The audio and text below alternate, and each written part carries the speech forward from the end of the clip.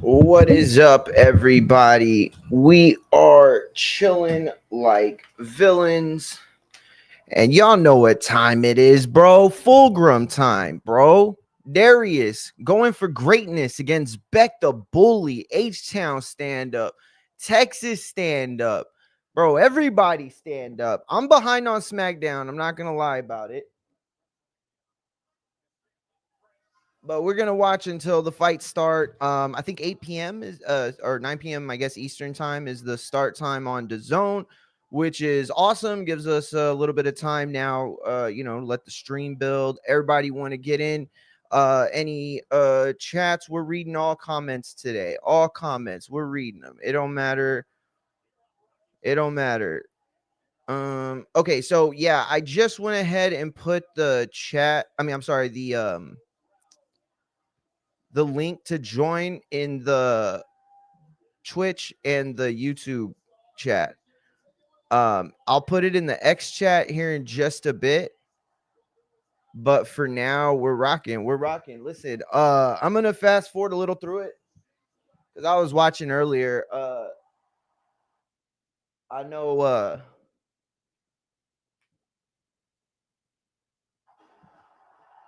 I know she kicks it off, and then I know the girls come out. It's gonna be. It seems dope. I don't know. I know this is gonna lead into the Jade, Naya triple threat match with Naomi for the Money in the Bank. Let me get all set up.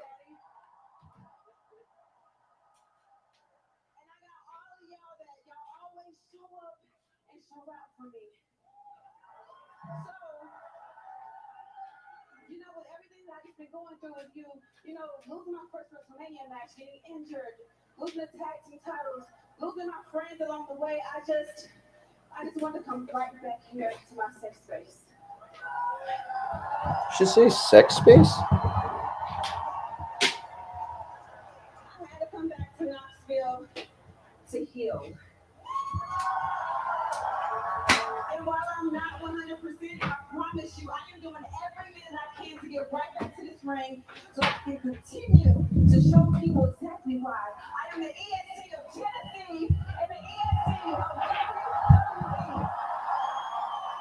Why she sound like she crying already?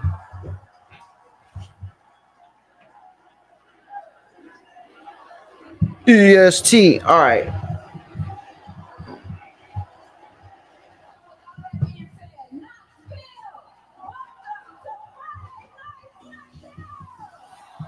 The hell? Why is she acting like it's a Saturday Night Live cold open?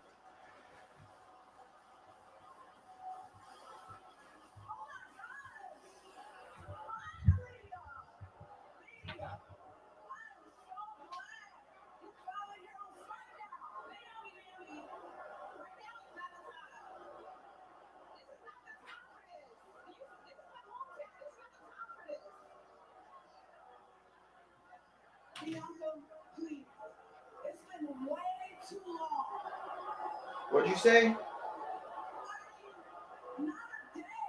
Yo, ignorant boxing in the house. What up, champ?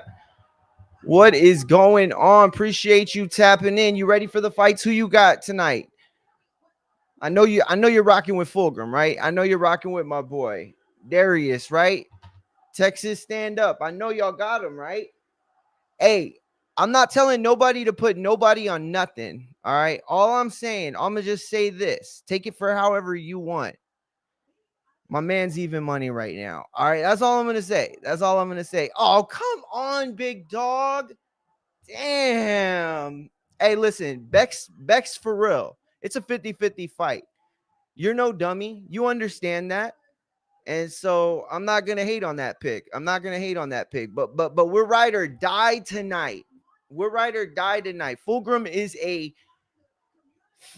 friend of the show, member of the community. You know what I'm saying? We rocking out. Oh yeah, bro. He hit that body work. You know what's funny? There was plus money on Darius um getting the decision. Does that make sense to you?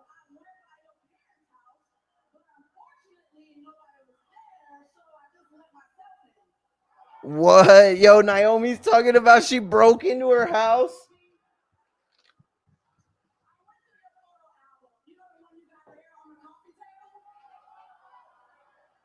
What? This is weird.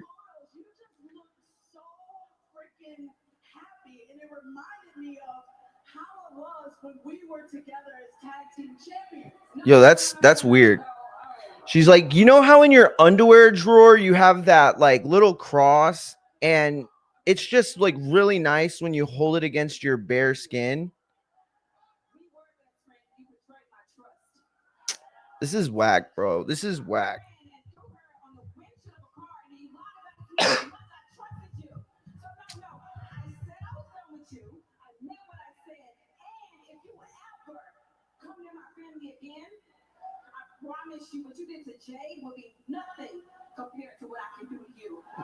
Yo, Naomi is crying.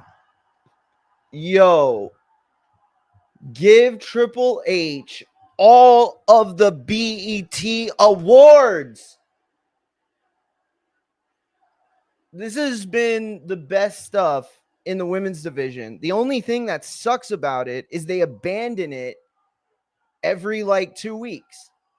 Yo, Naomi looks big mad. Oh my god. Yo, she just made a joke about Bianca's mom in a wheelchair.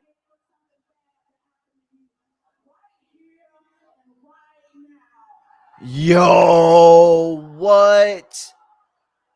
I can't believe she said that shit. Yo, crazy.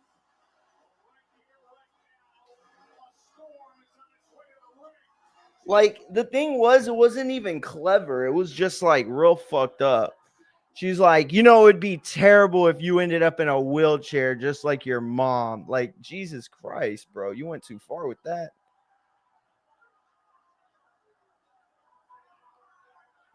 See, and this is what I'm saying. Like, Jade is looking at her like, yo, what the fuck? Like, I don't trust you either, but I don't understand. Either she wasn't in on this or she was. And what is to be gained 4 months later? Like the longest play in the world. And this is the problem, honestly, right now with WWE. Triple H, like he keeps doing these things really. He like cements these seeds, and either they're forgotten about or they're ridiculously long plays. I mean, Austin Theory and Waller were supposed to break up 4 times by now. All right, let's see. What time is it? Is it 8 yet? No, not yet. Hey, I appreciate everybody who checked in on the TikTok and the IG. Yo, y'all are dope for that. What'd you say? Nah, I don't play, champ. I don't play. I mean, I do. I try, but I don't. I'm not good. I just started trying to learn, actually.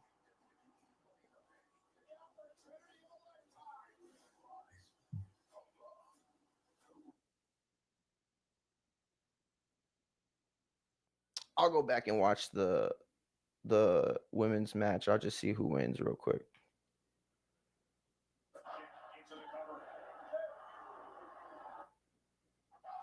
Ooh, big spot. I don't want this to sound weird, but yo, Nia looks way better with like straight hair. I don't want to sound like a weirdo or anything. Like, oh my god! Yo, Nia just landed straight on the abdomen of Jade. I don't care how many 8-packs that woman has. Nobody's got the core muscles to just let Nia flatten their stomachs like that. That was crazy. Yo, Naomi took the win. What is WWE planning? This is so crazy, bro. So crazy. All right, let's tap into Dazn. See where they're at.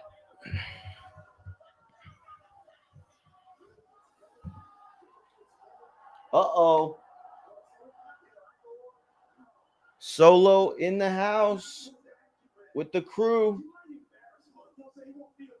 Oh, he's talking to Little Jimmy. R-Truth is talking to Little Jimmy.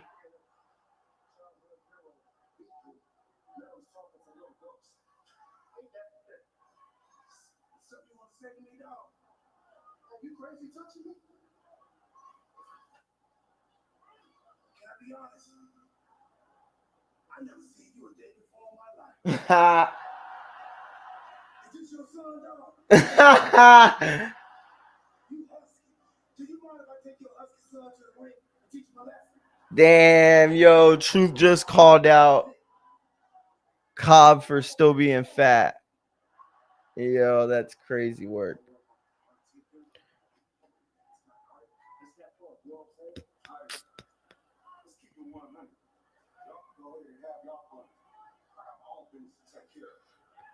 Yo, remember the link is in the YouTube and the Twitch. I'll get it up on the X and the IG in a second. Let me see who's tapped in. Who's tapped in?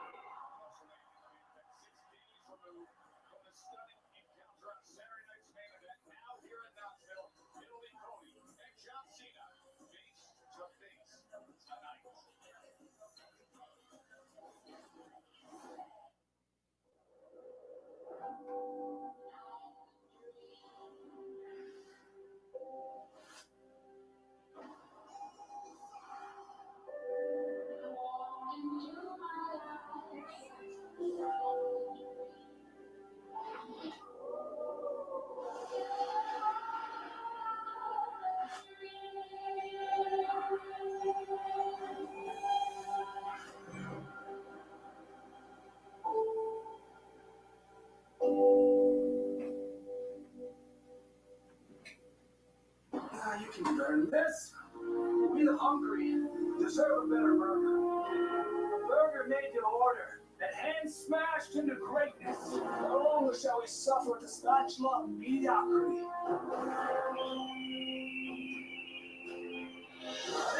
America, this is the burden we deserve. Today, we smash free. One nation, liberty, and extra napkins for all. All right, we live on IG now. Let's see. Oh shit! Isn't MJ fighting today too? Right? Or did he already fight?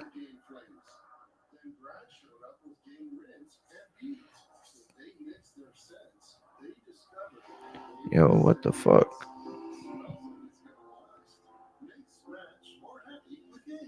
Macy's Memorial Day sale. Bring your style to life indoors and out with savings up to 55% off. Get summer ready with resort-style patio sets to sunny living room refreshes. Shop now, pay later with great financing. Macy's Memorial Day sale, now through Sunday. NASCAR on Prime at Nashville Super Speedway. Music City, baby. Let me play you my favorite song. Damn, Dazn still ain't started yet.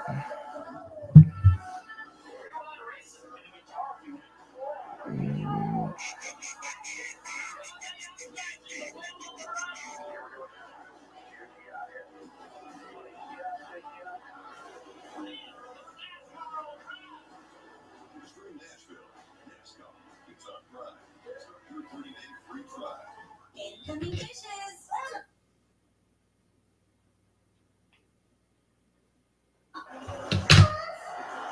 happened on Saturday night? Look at Chelsea, I can't understand a word you're saying.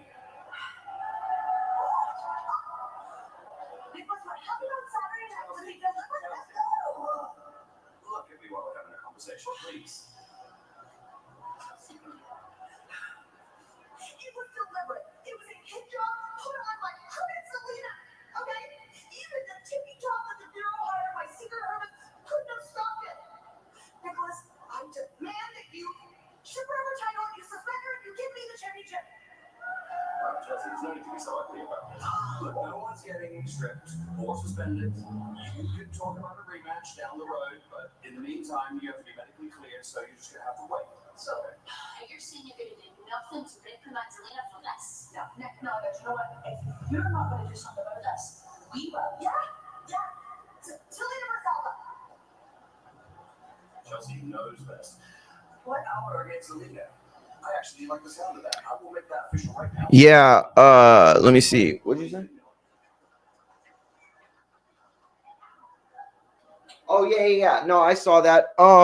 Yeah, it's funny you brought that up too because I had wanted to talk about that on the show this week. But I'm gonna save it for next week. By the way, next week, we're looking at hammering down a day and a time actually for Shay Metcalf, who is on the big, awesome, badass all women's card coming up in July. She'll be with us next week. And Fulghum also gonna be rocking out with us. After he gets this win tonight. And then I got a couple of other special guests too. Andrew, who writes for Fights ATW. He also writes for a couple of other places. Where else? Let me see. The Fight City, yes. Actually, he has really great work on the Fight City. Some of you may follow him on Twitter. He's at Reen Andrew, RIHN. He's going to be on the show on Monday. This guy is a very, very knowledgeable man about boxing movies, specifically the history of the films, and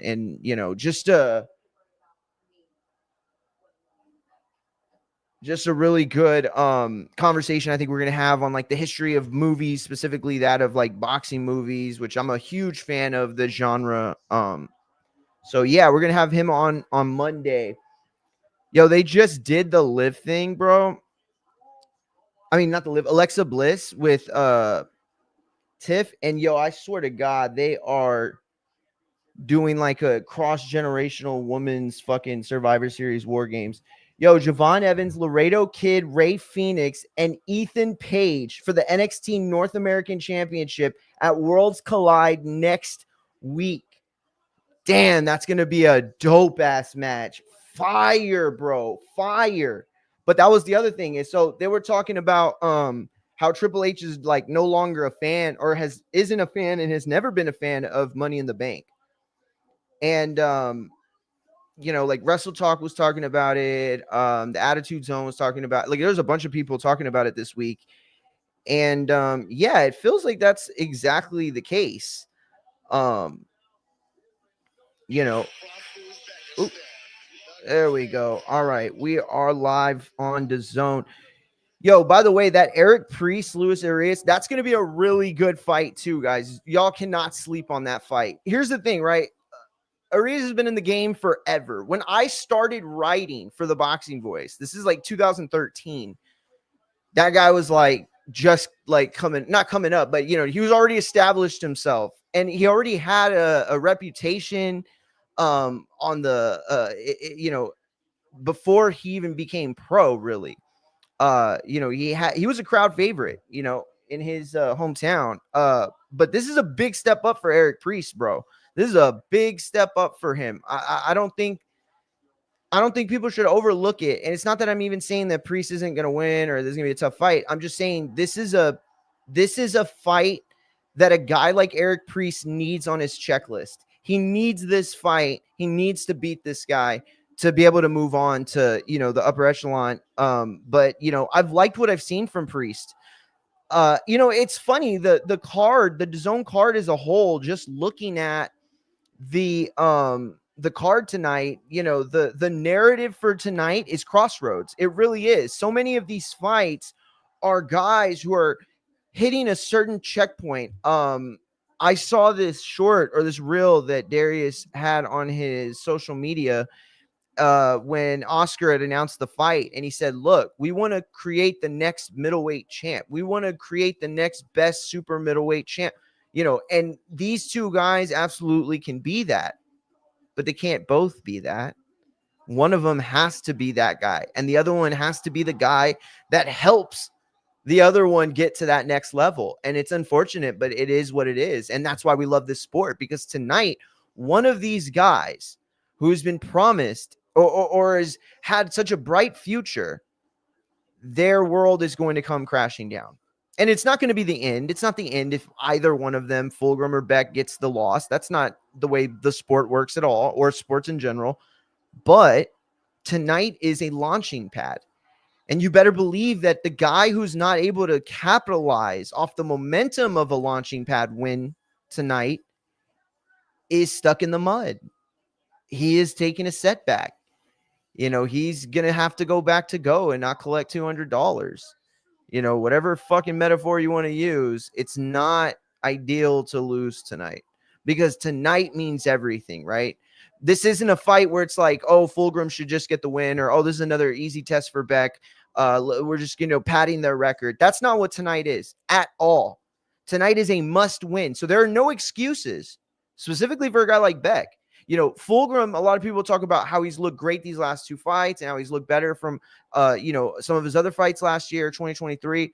But, you know, I call bullshit on a lot of that, because a lot of those sluggish performance were based on the opponent. You know, it takes two to tango. It definitely does. And while you can blame a Canelo for even being in a position to fight that fight on, you know, Cinco de Mayo, you can't say that he was the one who was running that night or doing everything to, you know. And so it's the same situation. Fulghum looked better because he had guys that were better fighters and better prepared to try to win as opposed to run. And, you know, it was good matchmaking these last two fights out.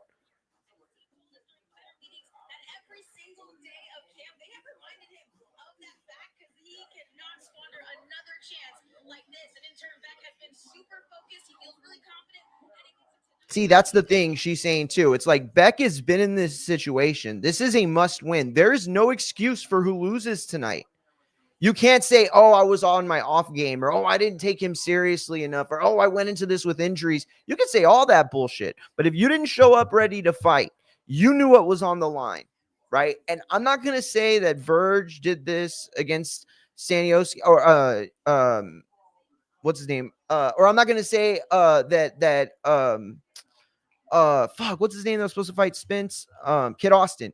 I'm not saying that Kid Austin pulled a stunt or Verge pulled a stunt when they got out of it the fight week, with their hospital excuse. And that's not an excuse. They actually did go to the hospital. There's proof of that.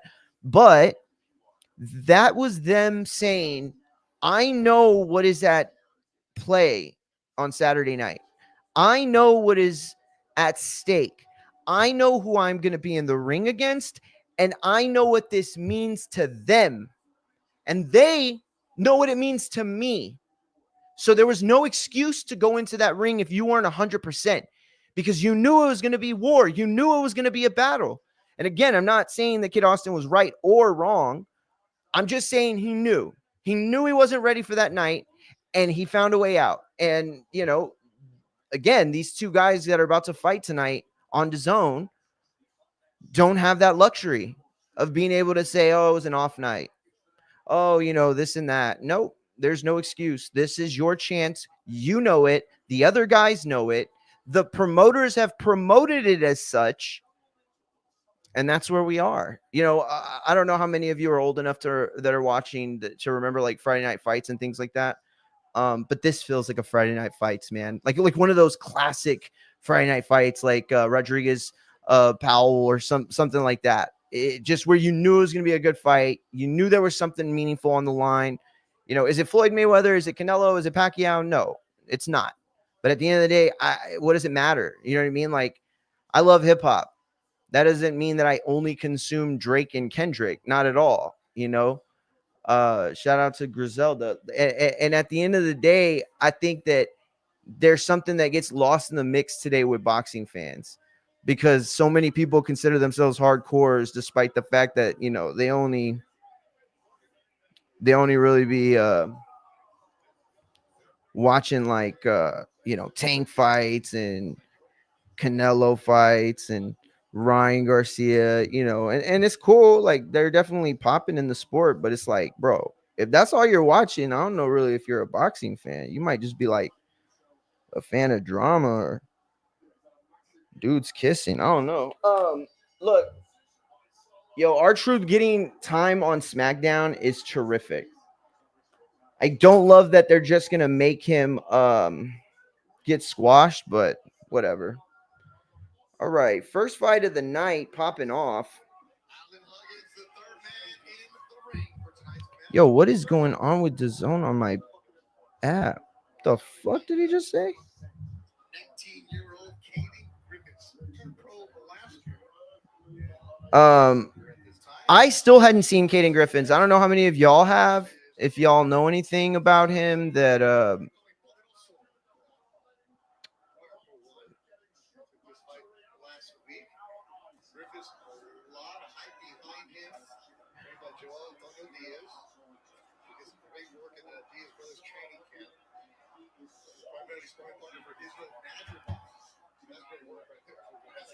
Oh, yeah. I remember they talked about when the Crawford fight, I think, was going on.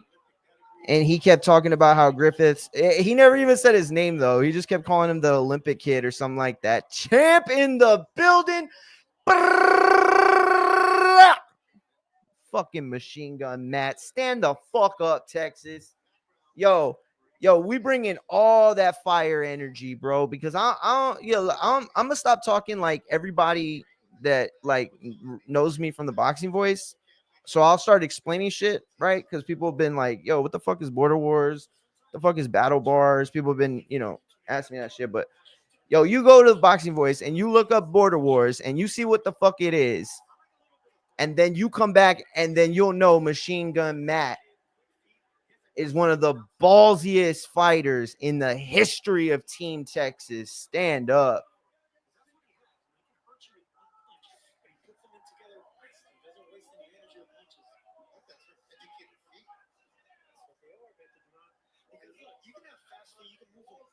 Yeah, so anyway, Griffiths was the guy that was sparring Madrimov.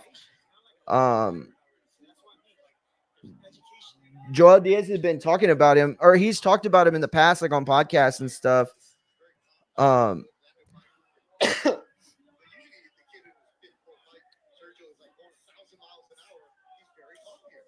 oh, nice. Griffiths caught him with that left, sneaky little left too, bro. This kid moves pretty well. He's got a good composure. You know how like I don't know how many people skate or have ever skated, but they say that you could tell how good a skater is by how comfortable he looks on his push kick or on his kick, right? I feel like you can tell how good a fighter is to a degree by how well they present and move in the ring, right? Um Are they shifty? Are their legs a little less calculated? Does it look like they're thinking a bit in the ring? Yo, this kid Griffiths has just caught Gutierrez with multiple left hands. I don't think he's missing them today, champ. Yo, but I'll tell you what though, he looks good for now, right? I mean, obviously, like we all know, especially my community. My community knows better than most.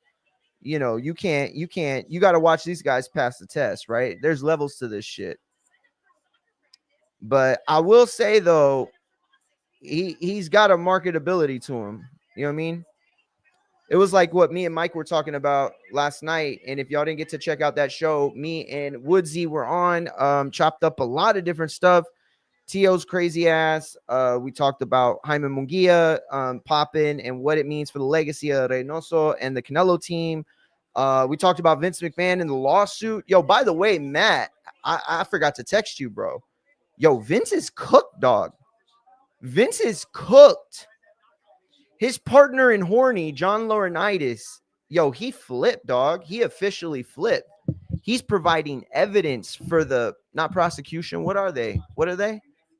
You don't call them the offense, right? What do you call the people that are suing? Babe. What do you call the people that are suing you? Not the prosecution.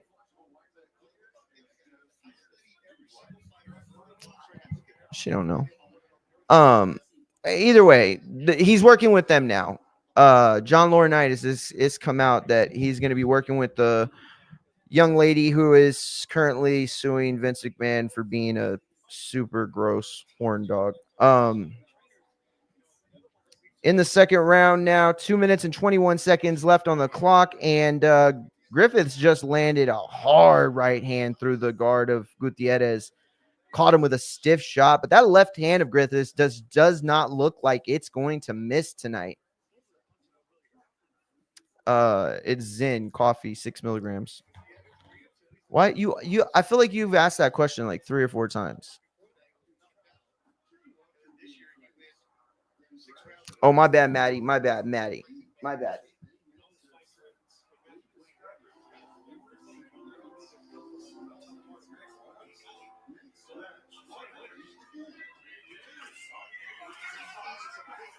But yeah, it was like what me and Woodsy were talking about. Like the UFC has taken over in combat sports to a degree because it just doesn't appeal to the white American fan, the white young American fan anymore. I mean, that's not me saying that. That's like, the argument that's being made. But you got a white boy that looks the part and has some talent. Yo, don't even pretend like that motherfucker ain't marketable as shit. Don't even pretend like they ain't made a boxing movie with Woody Harrelson. Don't even tell me that you ain't never seen a boxing movie with Antonio Banderas as a fucking, what was he, like a light heavyweight or was it middleweight? I don't even remember.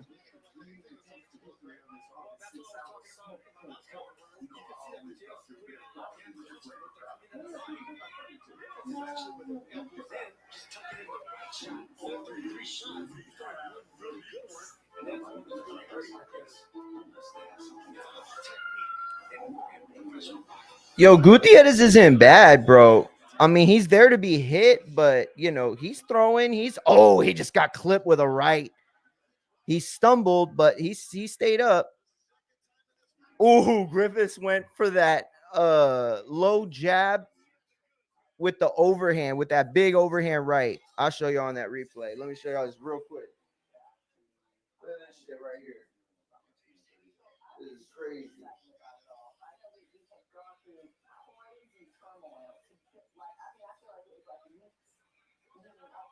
Look, watch.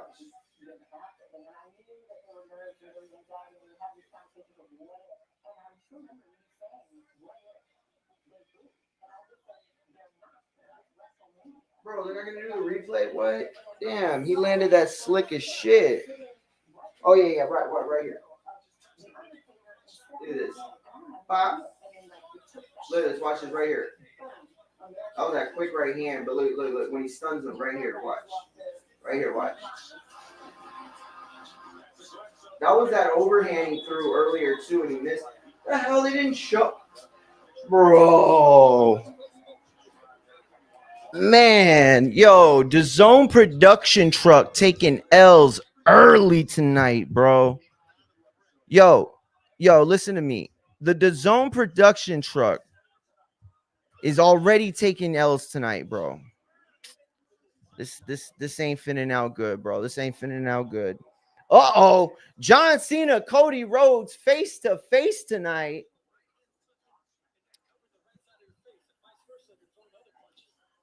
My prediction, it's gonna be mid as shit. Yo, Matt, don't lie. If you're still on, don't lie. Tell me the truth. Yo, that Hangman Adam Page, Swerve Ospreay storyline. Yo, that's better than anything going on right now in WWE, champ. Anything. Well, maybe not. Maybe except for with Seth, but yo, Ospreay's trying to get the Avengers back together. That's the play right there, and it works. It works on a lot of different levels, bro.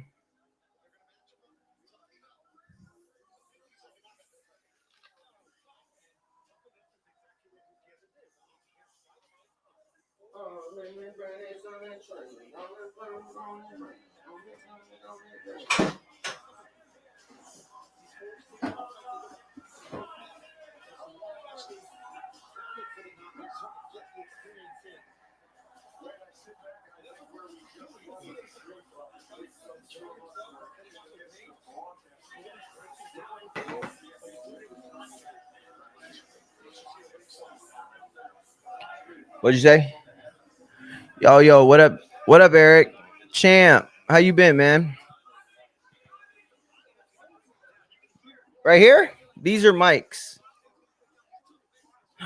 Are you? Oh, you're asking. No, they work. I just my brother's supposed to come, so I had the other one ready to go just in case he does. I thought my cousin might come too, but apparently he went to the dentist and his vagina's bleeding, so he's not gonna come.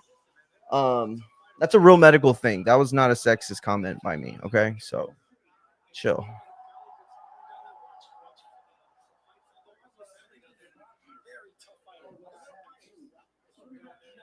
I feel like the tag team division in SmackDown has been so good, but damn, has any of them even cut a promo? Like, real talk.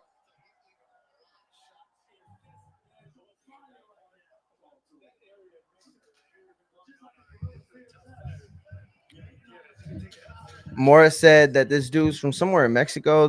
That's why he's still up. Where's he from?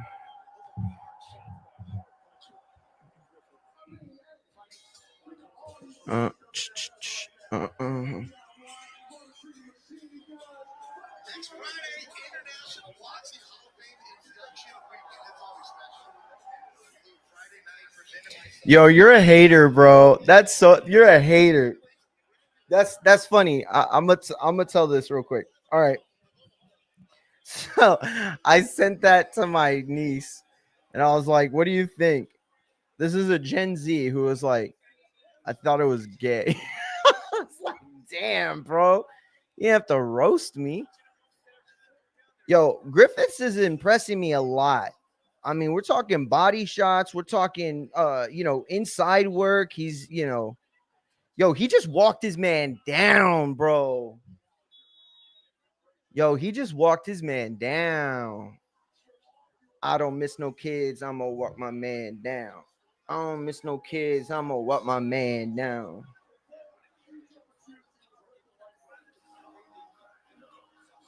Uh-oh. Is that the number one Tio fan who said this week he was never gonna come back to this live again? Yeah. You're the worst, champ. Hey, I got something for you. Hey, you said you wanted to debate next week. I got something. Watch.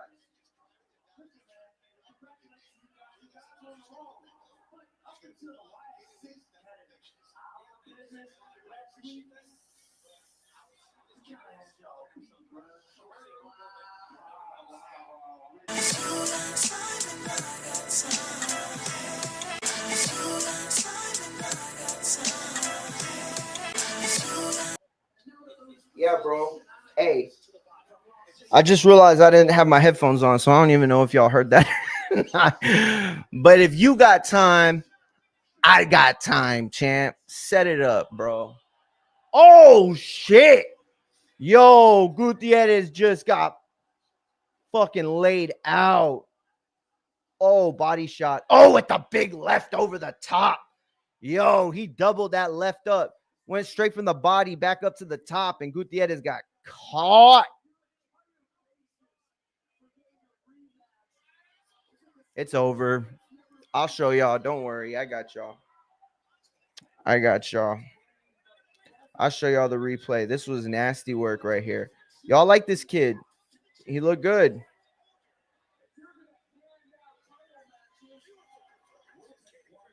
Beautiful performance. Absolutely. Sergio Morris said it best. Oh, you know what? Let me record this. I mean,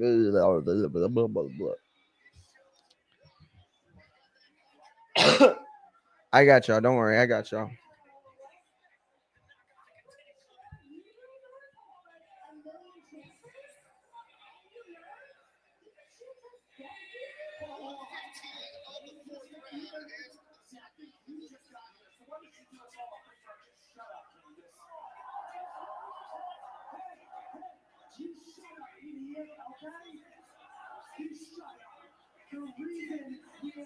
Yo, y'all see that right there? The double up. Watch. Oof. Nasty word, bro. You say holy shit? I think Sergio Mora just said holy shit. Yikes, bro. Y'all saw that? That was nasty work, bro. Nasty work. Nasty work. Hey, big ups to my man's right there. I think he's got a bright career ahead of him.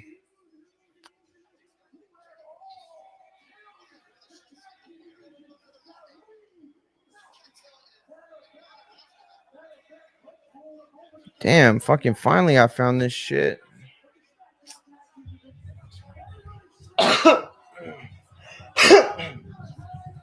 Oh, what the hell? They got every tag team in there. Wait. What are they going to do? And now the Wyatt Six are coming out. I just didn't really love the Wyatt Six in this spot, to be honest with you.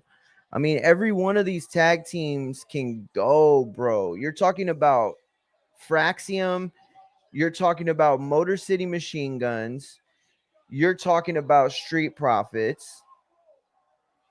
And you're talking about DIY, possibly the greatest tag team in NXT history behind FTR. Yo, this is like, they could go. This whole place could go. Listen to me. This could be a tag team ladder match that steals the show at Money in the Bank. Now, they would never put 3 ladder matches on the same card, but ooh.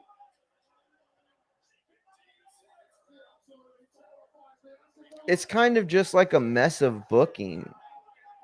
It's like we don't know who to put over, so we're just gonna, because the thing is like, you send these guys to Raw, it makes perfect sense in that tag division that has nothing but New Day. And these guys, the original plan for the White Six is they were like the bully breakers. You know what I mean? Like they would beat up the bullies. You know, that's why they went after Chad Gable first. That's why they went after Karrion Kross's group. Hey, but real talk though, they should use Karrion Kross to murder the White Six. Don't get me wrong. I love the White Six. It's been awesome. But if the plan is to just like bring them back, let them go, bring them back, let them go, bring them back, let them go to keep it fresh, then all you're really trying to do is sell a bunch of dolls and t-shirts and plush toys. Like, be real. You know what I mean? So if there has to come an end to this or another development, let Karrion Kross get that shit. Let him get that heat. Yo, this kid Griffith right here. Let me show you right quick. One more. Show it. One more. Show it. Ah, my bad, champs. I'll be better with it next time. Hey, does anybody know his Nest Live? I'll tap in with them. Let me text them.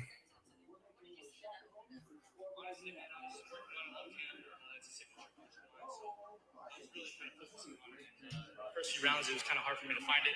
I was trying too hard to throw it. And in that last round, right before I caught him, I started loosening up on my punches. I heard my coach telling me to stay loose, pick my right shots instead of just trying to force it. So that's what I did. I came out and I landed that hook.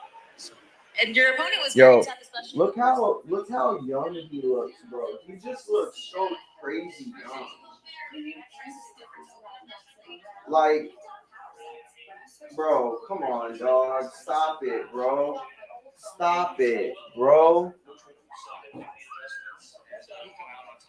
Yo, why he look like the brother from the Wonder Years, bro? Stop. He looks like the brother from the fucking Wonder Years. Yo, not the black one. Y'all don't even stop. I already saw you. You were fucking typing right there. I saw you were about to say that. I'm not talking about the black one. Why would I talk about that one? Tripping, dog. Oof. Yo, he rocked that kid. Your last fight wasn't on the Fluent? broadcast, but it went viral. So now they put you on the broadcast. Maybe another viral moment that we might see. Just the ability to be able to constantly put on a show. You don't let these bright lights get to you. Oh, did his last thing went viral? Yo, y'all won't stick on the live. Watch me record a TikTok real quick to try to get that clout. Yeah, y'all won't rock out with me while it takes me 30 minutes to record a 30-second TikTok. Y'all ain't gonna rock out with me. Stop it.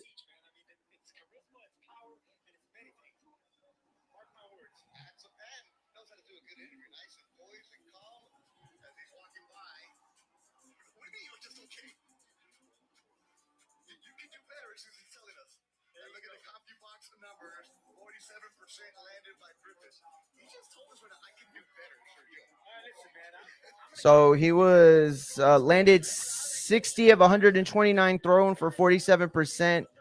And that was to Gutierrez's landed 26 out of 153, 17%. Yo, he looked like he did a little better than 17%. So next fight is going to be Federico Pacheco Jr. versus Calvin Barnett, the two Americans. Pacheco Jr. should be fun. He isn't the most polished fighter, but he is fun. He certainly is fun. I don't know what that means.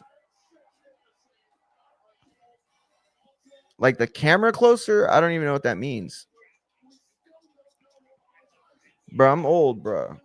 Don't be using that Gen Z language over here, bro. I don't know what you mean. I keep forgetting I can fast forward Smackdown. Shit. I want to put Dazn on the big screen, but I got to wait until this finishes. God damn it.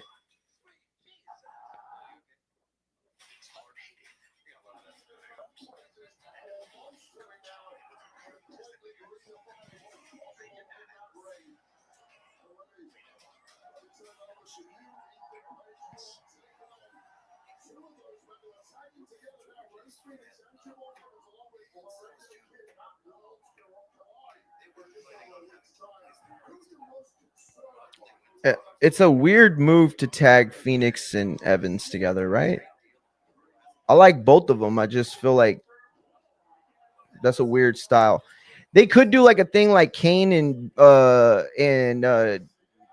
Brian Daniels or Daniel Bryan, you know, like the opposites attract sort of thing, I guess, but their styles aren't different enough though. Or opposites, I guess. Yo, Evans is so good, bro. I mean, he does everything he does just looks like unique to him. You know what I mean? Like he'll throw a drop kick, but it just that's only he's throwing an Evans drop kick. Ooh, nice. Man, bro, I'll be honest. I'm hyped about the AAA Worlds Collide, and I'm glad that SmackDown, I mean that WWE, is gonna put luchas on a bigger stage and shit. But man, bro, like stop it. Y'all had these dudes. Y'all had these dudes for how long, and y'all never did shit with them, bro. Like the amount of talent in the LWO, and then with the brothers, what's their names? The Mexican brothers, I forget their names, but do you want it in? I don't mind if you leave it open, but if it's too hot, I mean, if it's too loud, then you could close it. Could you turn the AC down just a bit? Come on, mama.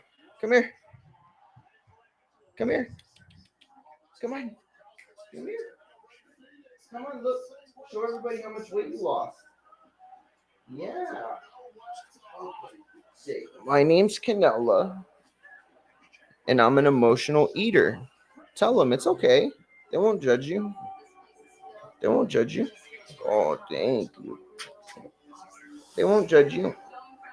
Oh, you don't want to hang out. You just want to fucking bone. Get out. Get out of here. You user. You got a fucking problem. You're an addict. You want your bed?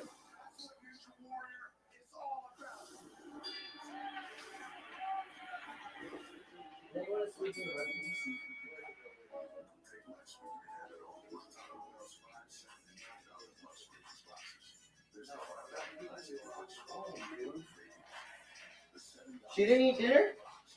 Come here. Lay down right here.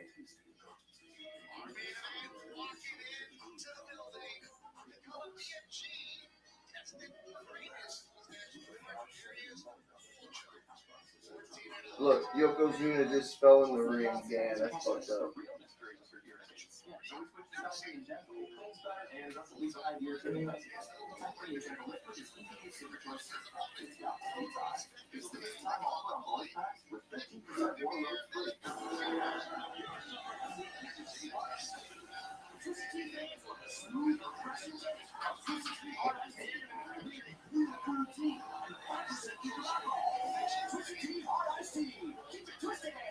Your cheeseburger deserves a nice big slice of our Sargento family legacy. You could taste over 7 years of our family commitment to high quality, real, natural cheese in every bite. You have our word on it, we have our name on it. Sargento, a promise you can taste. When I switched to T-Mobile, they don't give me an iPhone 16 Pro. How can I my old phone and I struggle to keep it? Yes. Let's go along with it. Switch to T-Mobile to the new iPhone 16 Pro.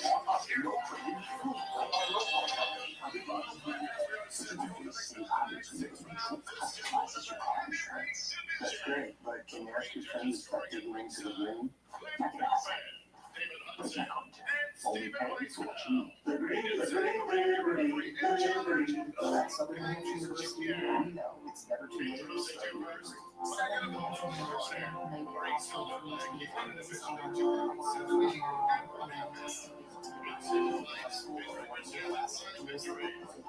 may be also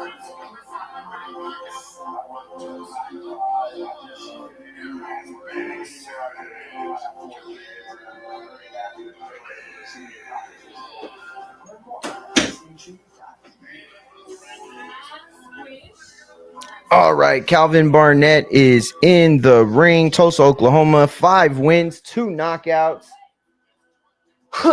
Yo, what's his shirt say? Screams and games. Oh, scams and grams. Yo, his shirt does not say scams and grams, bro. Stop it. 8 wins, no losses. Federico Pacheco Jr., who amongst those 8 wins has 6 stoppage victories. And as I said, young kid, still developing, definitely fun to watch. He's going to throw, he's going to slug.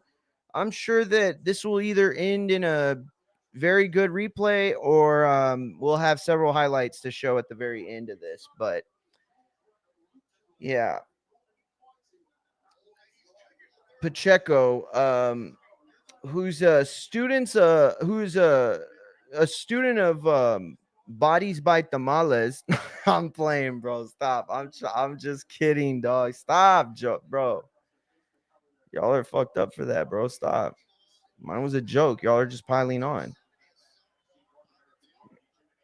Yo, I don't know where they found this opponent. Oh, Calvin. I remember he fought let me see. I'll tell you what. Barnett. Who did he fight? He was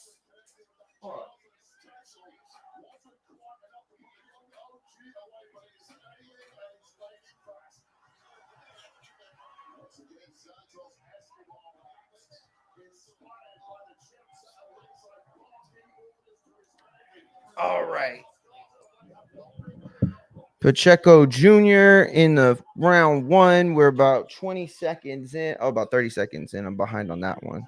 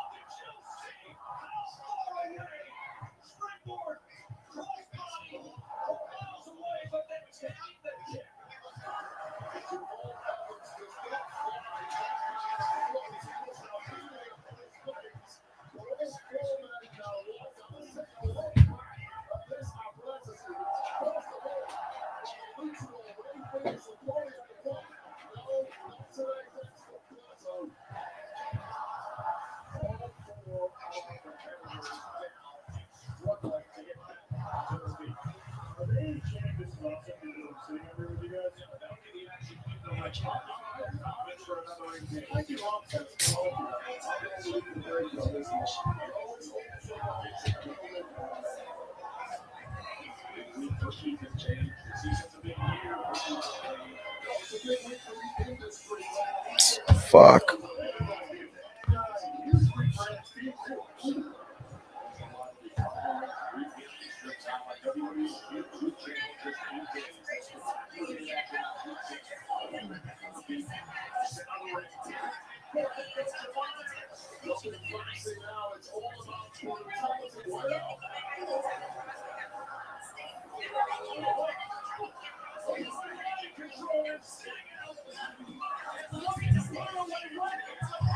Oh, he used to be a football player. Holy shit.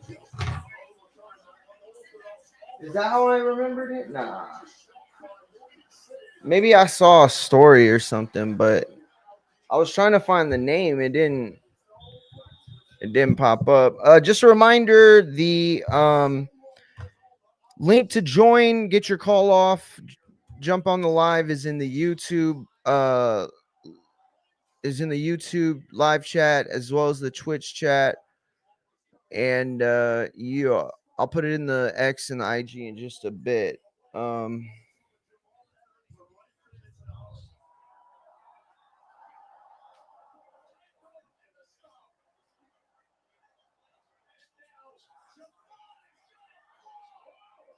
Oh shit.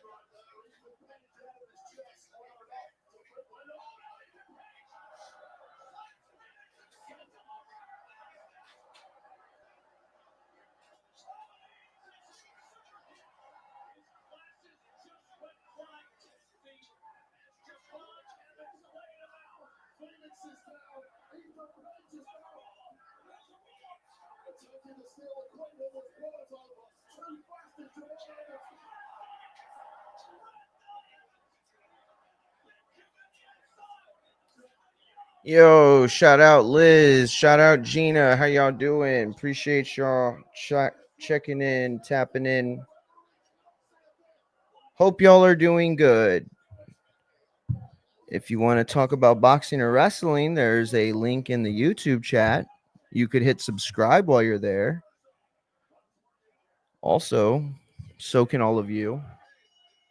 Appreciate y'all tapping in. Infighting FX, that's Infighting Exchange on all platforms, including X, Twitch, Facebook, IG, TikTok, and of course YouTube, which is the one that helps the most. Please, if you could subscribe to that, hey, you might as well have just donated because it's at this point the same thing when you got to start over.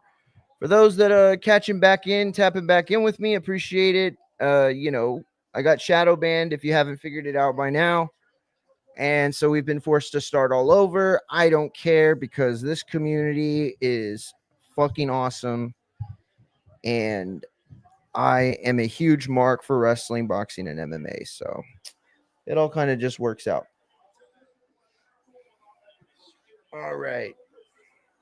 Well, Pacheco is certainly not laying it in as I expected, though he just let go of some pretty intentful body shots there. He's just covered up, though, bro.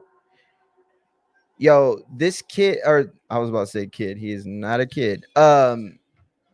His opponent is very, very not awkward, but just I don't know. He's got this rhythm to him. He's kind of just like herky jerky. I find that a lot with people that are athletic. Um, when I started boxing, I was like 24, and I've told this story before. But Bart Berry, one of the best boxing writers of this era, gave me the advice. He said, "Listen, if you're going to cover this sport, then you should be boxing. You should be going to the gym. You should be sparring. You should be doing all the things that they do. So you don't seem like a douchebag when you talk about the sport." And he was absolutely right. It was the best advice I'd ever gotten. But as I started going to the gym and as I started progressing, I started to notice like when football players or wrestlers or basketball players from like a high school or college or whatever would come into the boxing gym, there's just this like rhythm that they want to use. You know what I'm saying? It's like, when you play basketball, you got to cross them over, running backs, any sort of finesse players, they got them jukes, you know what I mean? They're doing spin moves. They're hitting all the buttons on Madden and shit. And, that kind of stuff isn't valuable in boxing, obviously, but boxing has its own versions of it. And this guy is definitely utilizing it. He's also got that like really high guard. Elbow. I don't know why he does that. You can see the inexperience but there's something there that he understands when it comes to the rhythm of boxing. He's just I don't know. It's hard to really put your finger on it. It's not that he's unorthodox. I mean, he is technically unorthodox because he's a southpaw, but it's not even that's not even what I'm talking about. He's just like, I don't know, herky jerky, I guess. Yo, I guess Ness isn't. Oh yeah. Oh, he is. Grab your phone or laptop. Go to Date My Age. Get started for free. Join datemyage.com today. Ready to start your own merch business or brand? Just see what your art looks like on t-shirts, hoodies, hats, pants, almost anything you want. I didn't see Ness texting me back till just now, so I guess he is live. We'll see if we could tap in with him in just a bit. Oh shit. Who was it that told me the other day how to do that? Fuck, I don't remember. Somebody told me though.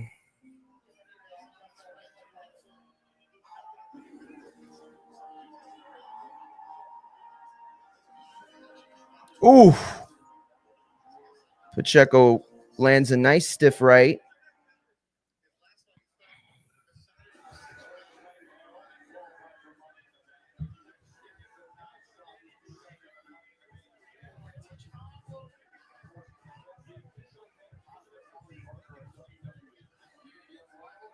Mm, mm, mm.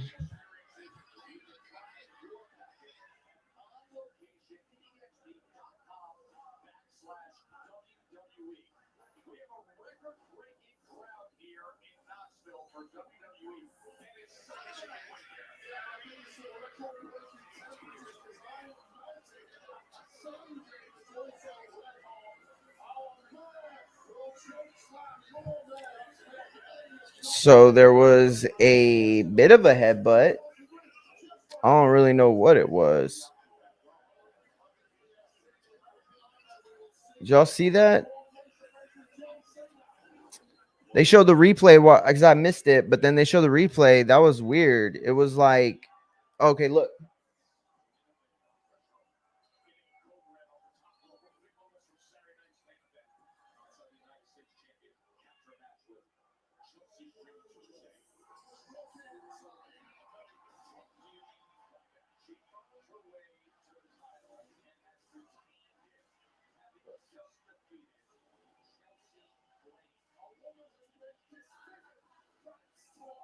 I don't know. Can y'all tell what that fucking was?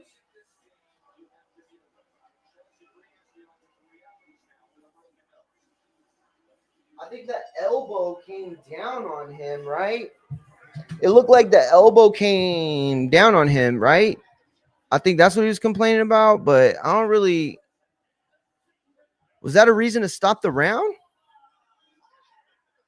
I maybe I just didn't see it right, and that was not a great replay they showed. Oh shit, Diego Pacheco in the building. Stand up. That's the heavyweight's brother, Frederico. I didn't realize he was there. I mean, I guess we should have figured, right?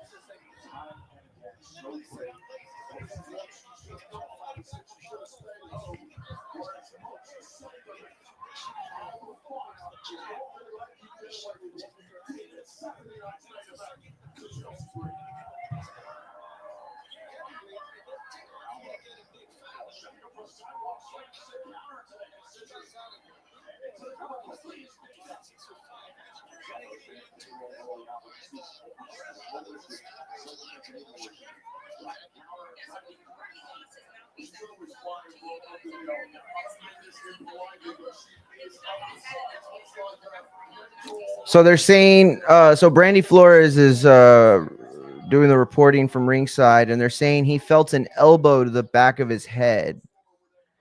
I mean, he was clearly hurt. He reacted in a way, but it was, I don't know, it was just weird. Like, it wasn't like Pacheco threw an elbow or some shit.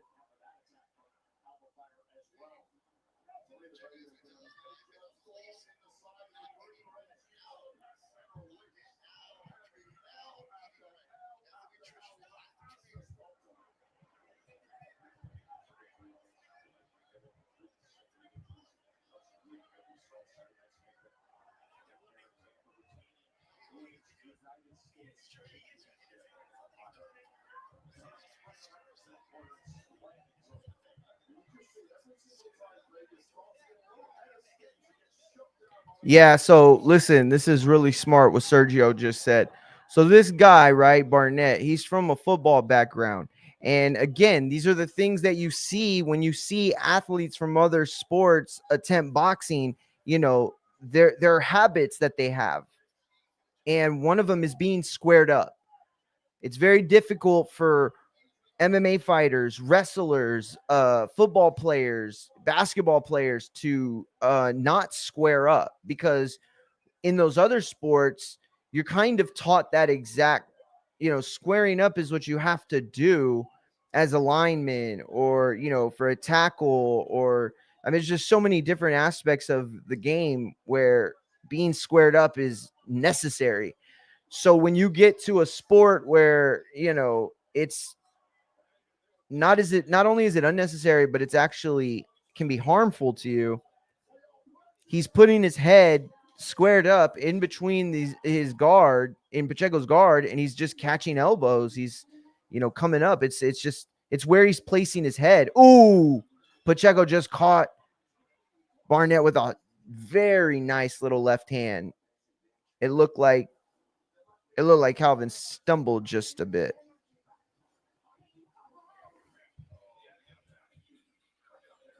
Yo, y'all watch Resident Alien? It's so good. I love that show. Yo, who the fuck is that?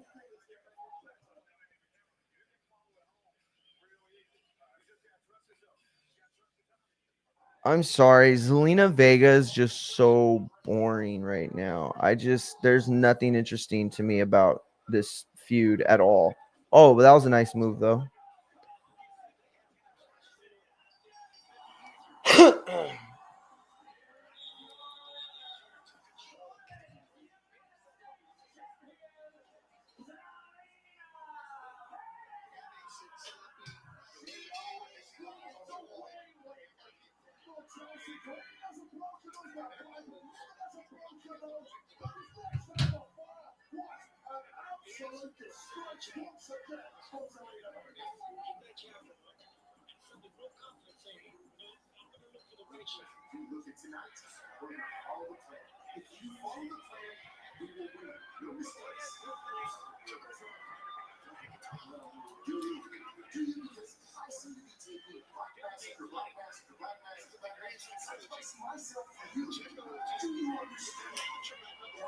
Here comes the Miz Mellow breakup.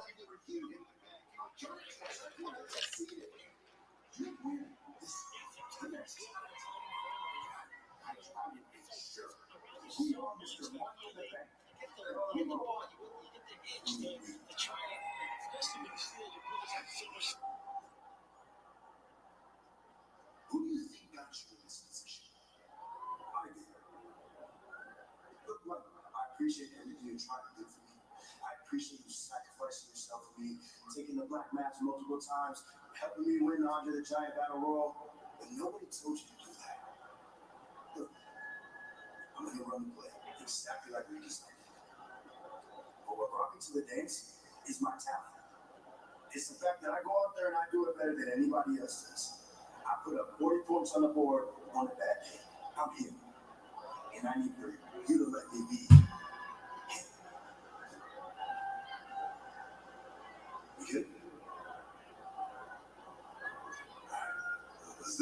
man, what is it? Melodome is, and we are awesome.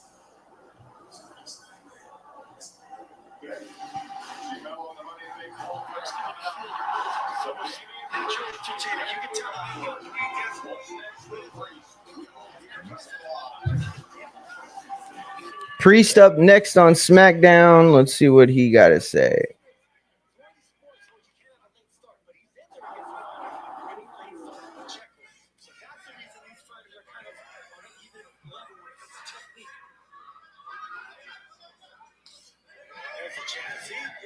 Man, you can see Pacheco has skills. There are some raw talents there. The jab is useful. It is a good first pitch. Oh, he just loaded up with a big right. Didn't really land it, but he followed up with the left hook that did land. But yo, Barnett's got a chin though, bro. Give him that. My man is in there. I just feel like Pacheco's looking for not like necessarily like one big shot, but like one big sequence. Yo, he loads up that body shot really well at this stage, you know. And this is like when you don't know what the fuck you're talking about. And like people are like, oh man, he leaves himself open. Like he's a kid still. I mean, even at 21, he's a late starter. So it's kind of unfair to hold him to skill sets that he don't really possess.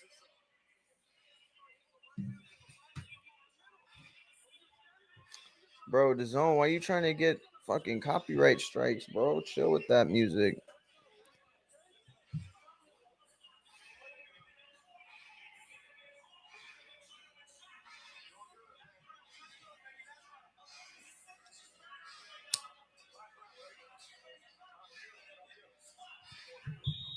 Bro, this is going to be a long fight night, so I'm getting my workout in. I'm just going to let y'all know.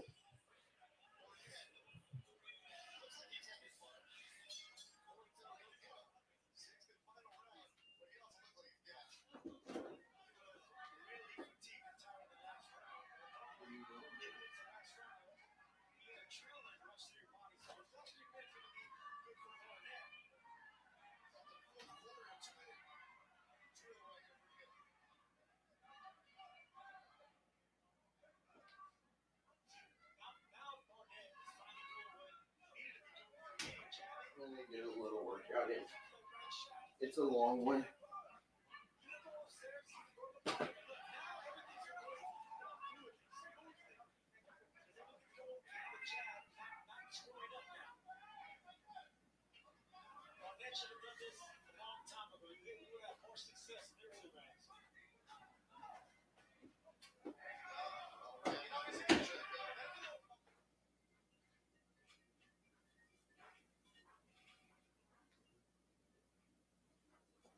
Hello? What's up? Okay, I'm here. Yeah. All right, later.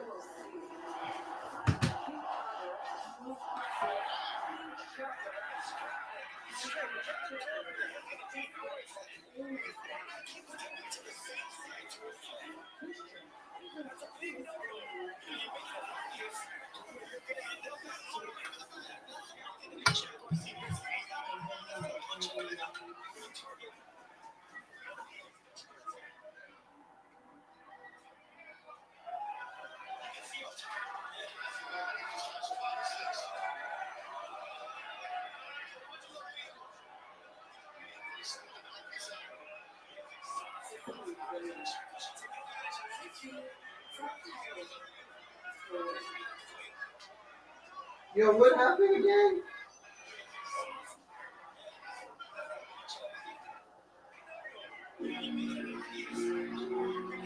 Let's see what happened. I don't even know what happened. Y'all see it?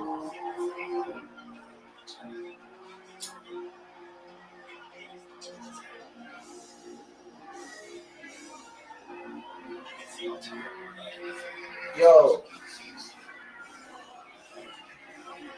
He's just fucking walking away. Yo, he's just walking away. My man's dead tired, bro. Let me tell y'all something. All right. This is real talk. Muscles don't help in boxing, champ. They only hurt.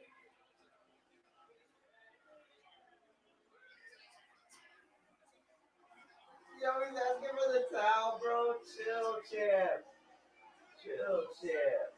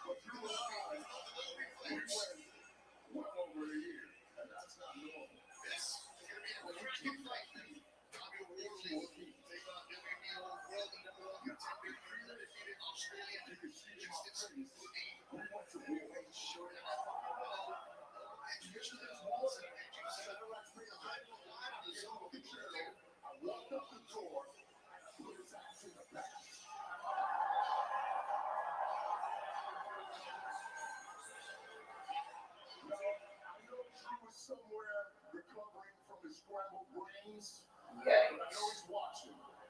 So I want to say something to you, Drew. I still can't stand your ass. But the Drew McIntyre that stepped in that cage wasn't the guy that hides behind his phone on social media. That was the old Drew, the warrior, and I appreciate that. Now, I'm not going to ask what's next for Damian Priest. I'm going to tell you, I'm going to tell the locker room. It's the same thing I wanted when I came to Smackdown. Championships. Now, this war cost me an opportunity in being in Money in the Bank. But that doesn't mean I don't have my eyes on a certain champion. Somebody who I have unfinished business with, and a champion that I consider the most badass champion right now.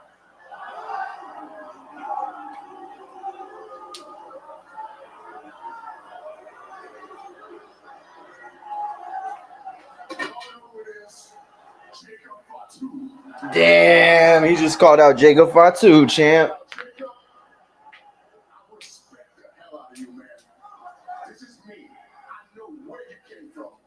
You had to live through. I know what it feels like to stand in this ring. I know what it feels like to stand in this ring as a champion. Real talk. I'm proud of you. Congratulations. That's real.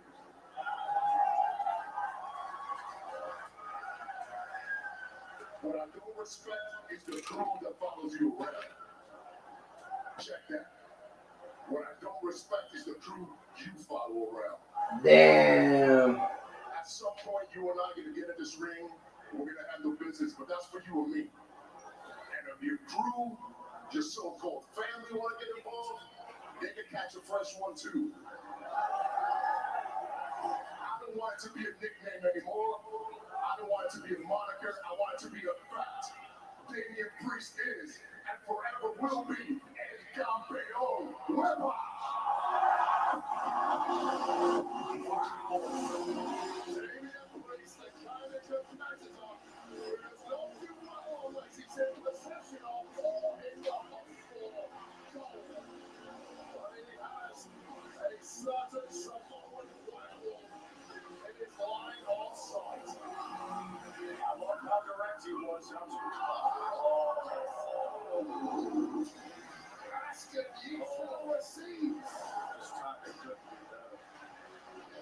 Not the most badass way to finish a fight, but my man was tired. Y'all know how I feel.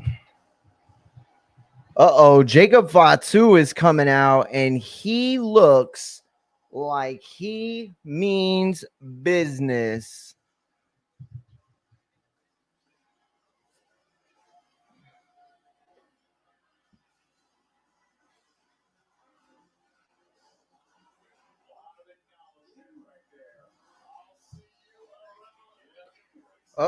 Joshua Edwards and Alexander Rhodes getting ready to square off next.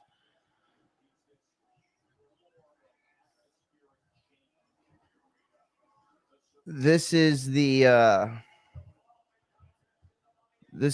super rookies division right here. Joshua Edwards coming in at 1-0, while Alexander Rhodes is 2-1. Now, Joshua Edwards is from H-Town. So you know who we're going for, right? Because it's a theme tonight. It's about Texas. Texas is going to stand up big. Texas is standing up big to bullies. You know what I'm saying? Yeah, but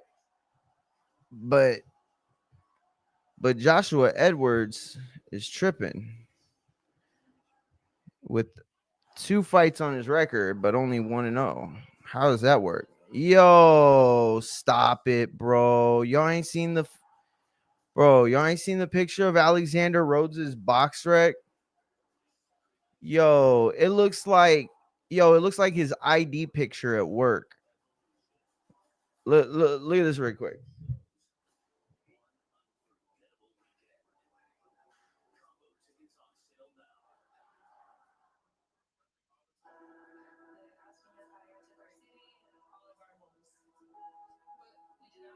Bro, they did this guy wrong, bro. They did this guy wrong with that picture. Bro, BoxRec knows what they're doing, bro. They know what they're doing. This isn't an accident, bro. Stop it.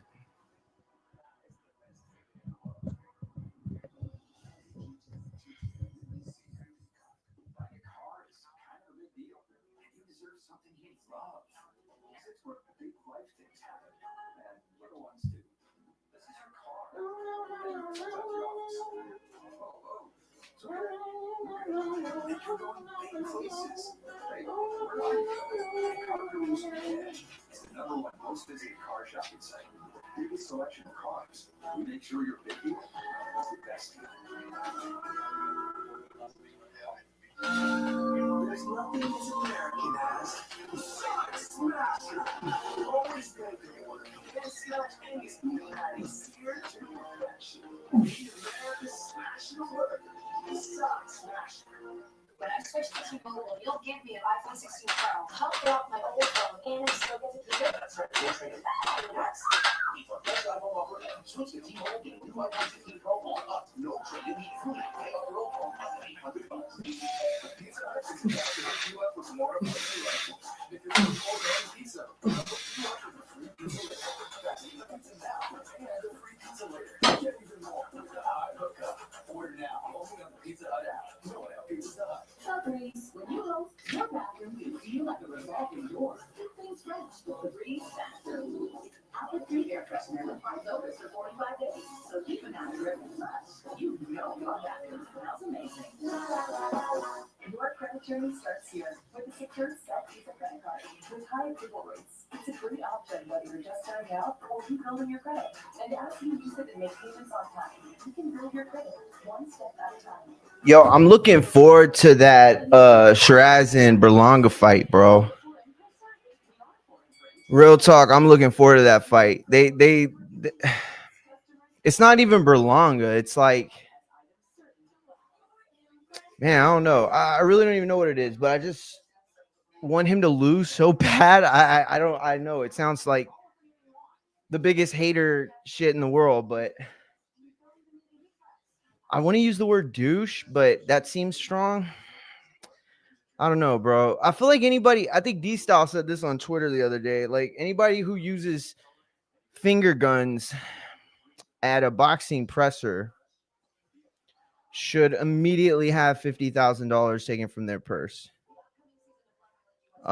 Even if their purse is for less than that, they should get paid more just to give it back up. Cause it's like, it's not even like about being offensive. It's so lame, bro. It's just like the wackest thing you could do. It's just, you know what? They do it in wrestling, and they do it too much. You know what I always like though? The throat slit. I remember when Sergio Mora fought,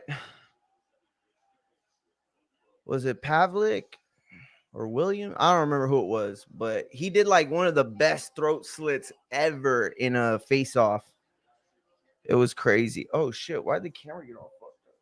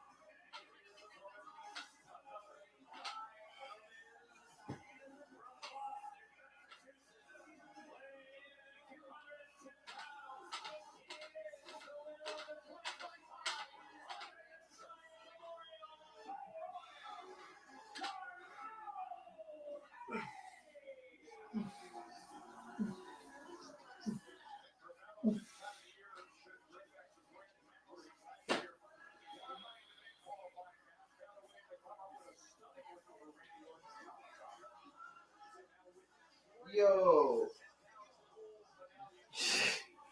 bro, why does Gilberto Ramirez look like the the after picture of a Disney kid who got hooked on drugs and then super fat and then lost a shit ton of weight and got super jacked? That is the vibe. 1,000. Yo, my man's wearing a denim jersey. I'm not gonna lie, it was actually kind of dope, but it was a denim jersey for whatever that's worth. Look, I'll show y'all. I keep forgetting you can rewind.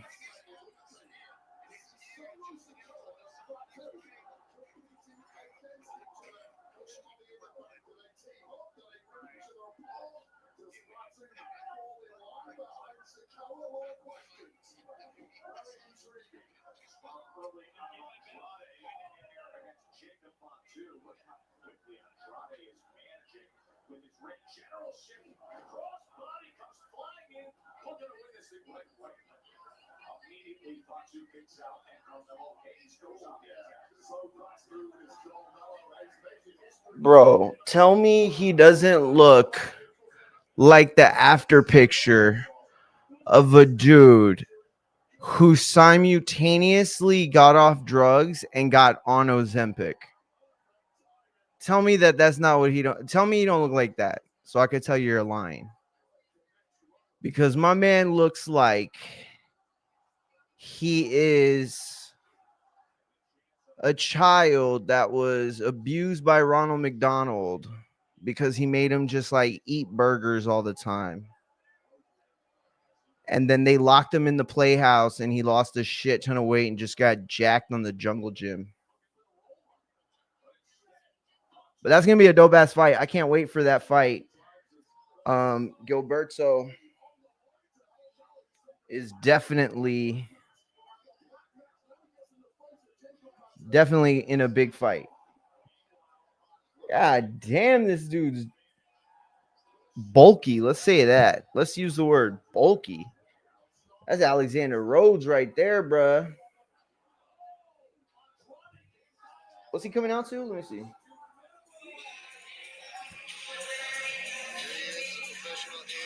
What? Toe to toe, I'm getting said me, man. It's getting me. Got no clothes, me the dime. Gonna be a baller, shot caller, 20-inch blades on the Impala. Got late tonight, a social roll tight. Got late tonight. I hit the highway, yo. And he got the rocket on the back, bro. H-Town representer to the fullest. All he's missing is that little screw on the side of his shoes, and he would have been repping. Robert Hoyle, the man.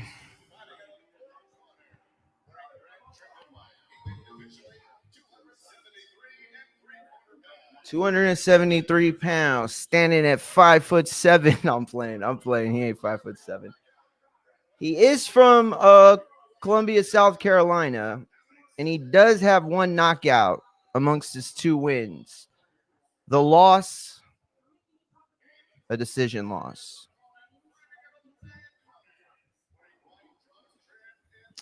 This is Joshua Edwards, who just based off of nothing but visuals looks like he should be the massive favorite in this. Oh, he just unlocked the gloves, champ. He just unlocked the gloves. What? Oh, I know what he did. Yo, he took the weapons out of the case. Yo, that's what he did. My man is a very conscious gun owner with the left and the right. You feel what I'm saying? So he made sure to take him, unlock him, because he about to rock big boy right here, bro. Oh, shit. Yo, he just dapped up Ronnie for Ronnie left.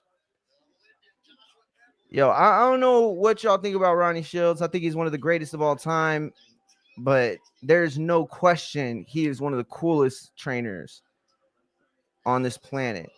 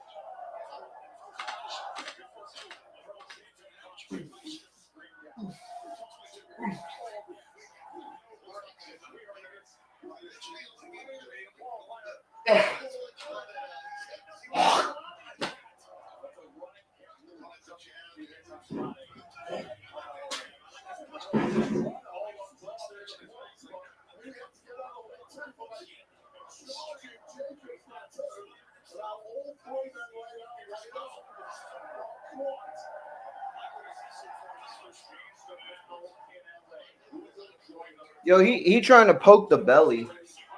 That's smart. Oh, I think he hurt him with the left. Oh, shit, he's hurt.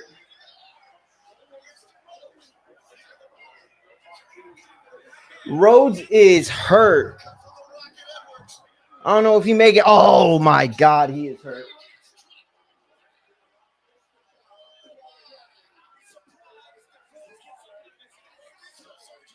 Nah, that's it, bro. Y'all about to see some crazy right here. Oh, De La Hoya loved it. Yo, his family going crazy in the stands. That's what's up. I got you on the replay. This is a can't miss. Shit, they might just sold the whole fight. What did it go like? Oh, it went 2 minutes on the dot. It went 2 minutes and 8 seconds.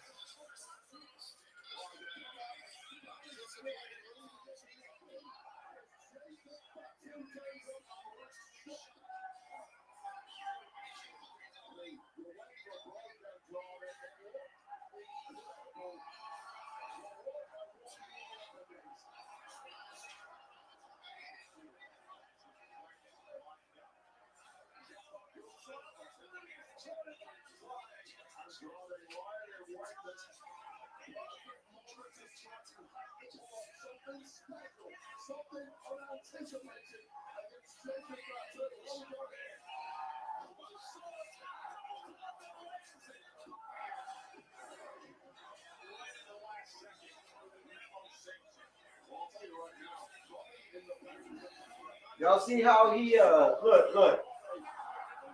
look, he look, watch, he's gonna hit him and he's hurt and he hits him again, but then now he's not looking. Watch, look. Okay, so there, he's hurt, clearly hurt. Yo, he looking the other way when he got that one, bro. Ref was just a bit late. Crazy ending, but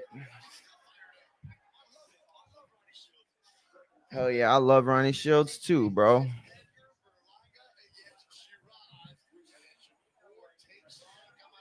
Shiraz is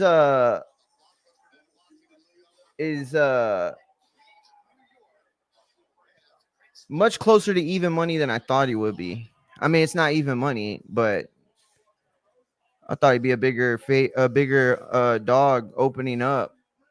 But it'll sway. Yo, I don't know if y'all know this main event swayed. Y'all could have been had a chance to get paid on this one.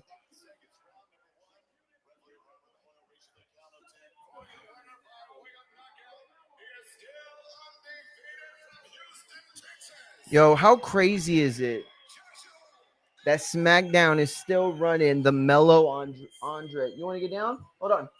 Wait.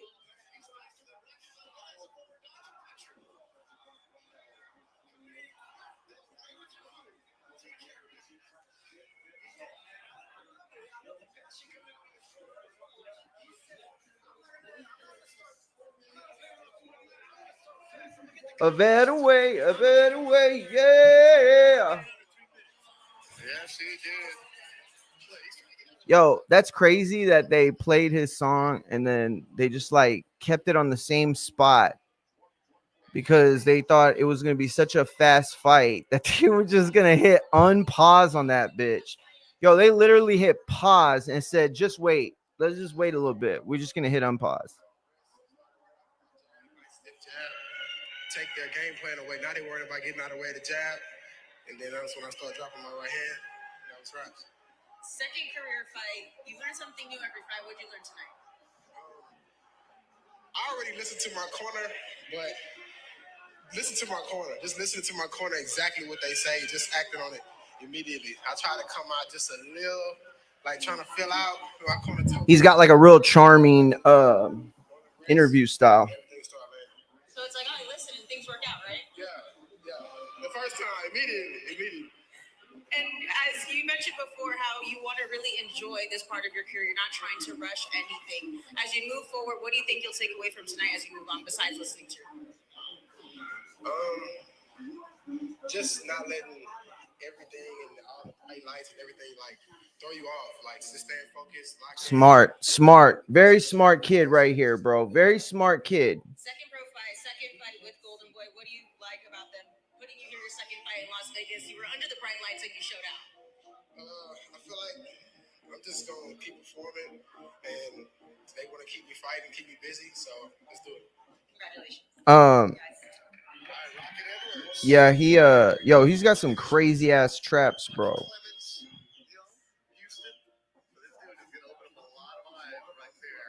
Yeah.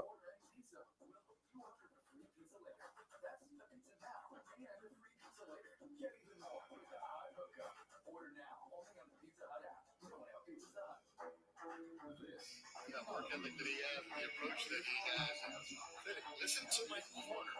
What concept? Rocket Ishmael and Percival. Notre Dame, right? Notre Dame. How about the Rocket Man, Elton John? Oh, there you go. This is going to happen to a flight that only went 208. It was all Rocket Edwards. No, man, you can see the Olympic ministry.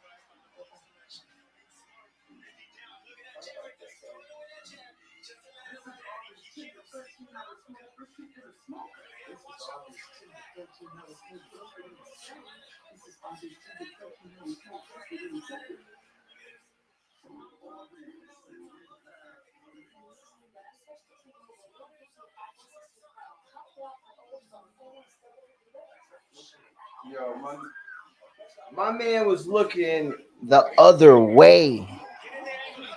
My man was looking the other way when he got hit with that thing. Yo, when he got hit with that thing, he was already hurt by the two punches that landed before that. And I'm not even blaming the ref. Like, that was, I mean, yo, you got to be like, you got to have Spider-Man instincts at that point, right? To jump in. Because that was really quick. Like, we're seeing that on instant replay, like, slow down. But in real time, I mean, yo, this guy went into the corner. He went into a really bad neighborhood. Or not neighborhood. He went into a really bad alleyway, right? And there's only one way in that alleyway, so you can't blame the cop when you're getting fucking stabbed to death and he can't do nothing to you. And that's exactly what that dude was in, a position where he was just getting jacked up against the wall. And honestly, that punch was the best thing that happened to him because it put him down and out. The worst thing that could have happened is he would have gotten hit with something with upward momentum that lifted him and possibly kept him on his feet as he took a number of unanswered blows.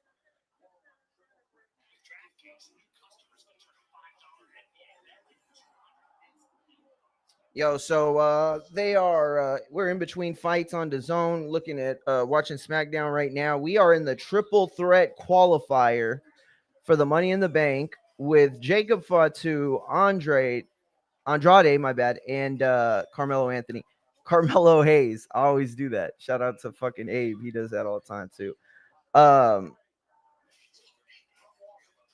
But yeah, I mean, bro, I would say like there's no way Jacob Fatu's not winning this, right? But I would have also said there was no way Naomi was winning it earlier. So shit, who knows? And this goes back to what we were talking about earlier. Triple H not giving a shit about Money in the Bank and just like not caring. I mean, because it's been how long since we had like a real authentic run that wasn't just like used to set up a long-term breakup or storyline or whatever. Uh-oh. Yo, that was a crazy spot.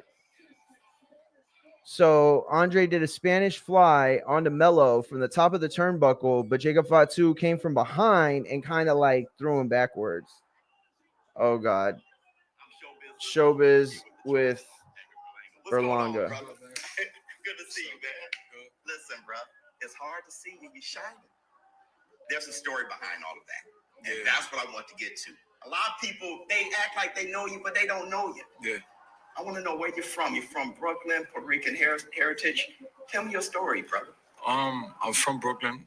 I was born in Brooklyn. I say I'm big New York because, when my dad went away he went away to prison. We bounced around a lot with my mom and, my sisters and stuff. I was in the Bronx. I was in a shelter home in Hunts Point, the Bronx. Then we went and they moved us to Webster Projects. You know what I'm saying? And then before that, I was living in Douglas Projects and like 103rd in Columbus. You know what I'm saying? So I was up. Bro, why do all New York people talk about their streets like we fucking know where they're at? Like what they're talking about. Yeah, bro, because I was on 81st, you know what I'm saying, in Morgan, and then he had came around 19th Street, you know what I'm saying, by that bodega. Like, no, bitch, we don't know where the fuck that's at. You know where Galahar and Castores is at? Where I'm from? No, then shut the fuck up. Welfare, food stamps and stuff. So yeah, it's like what you said is a lot, That's what I'm saying. Because listen, when I made any type of money, I immediately went out and I got that Corvette that my dad couldn't get. He passed away before he was able to get that Corvette. So I got it. You know what I'm saying? Yeah, so when for I sure. see that, it's kind of like, it's not what people think. It's not just being flashy. Yeah. There's pain there. And there's just stuff to be proud of. I'm not going to ask you, but I want to ask you. A lot of money? A lot of money. Yeah. That was the snippet y'all had for the Showbiz article. I mean, interview. All right. All right. No comment. No comment. I mean, I would have asked, maybe some questions about what had probably happened at that point, like 2 days before, maybe a week before. I would have probably asked about, like, the whole Canelo thing and what he said after the fight. I would have asked him about Plant. I mean, I'm pretty sure he probably does ask him about this stuff, but that's what I'm saying. Like, this was the trailer y'all got to, like, make us want to go and watch it. You trying to, like, excuse his spending that people talk shit about on Twitter for, like, and that's what I'm saying. Like, I'm not even talking shit. Like, I don't got no problem with anything. Like, do you? Don't tell me how to spend my money. I don't tell you how to spend yours. But that narrative does bother him. I mean, that's clear, right? Because why else are you talking about it if it don't bother you? I just feel like Berlanga started off in this game so much different, so differently than where he ended up. But at the same time, everything tracks, from fucking getting chained up, Terror Squad, the whole Fat Joe connection. I don't know. Wait.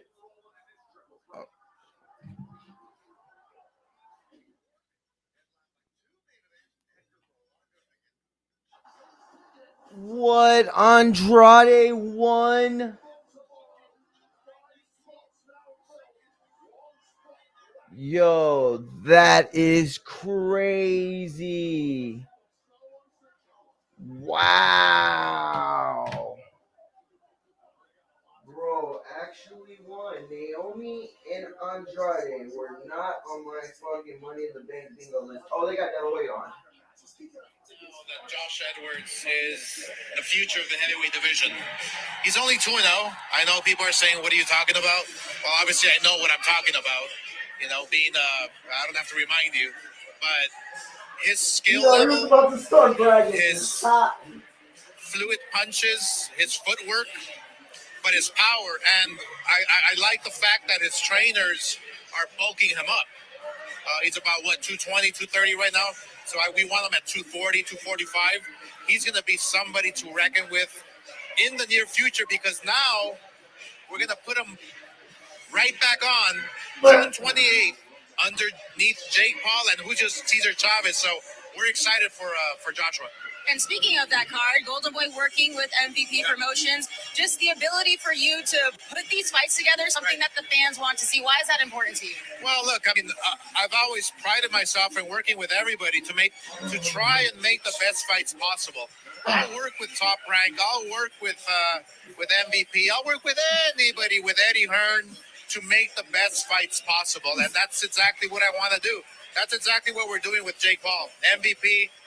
We have the co-main event, which is going to be incredible.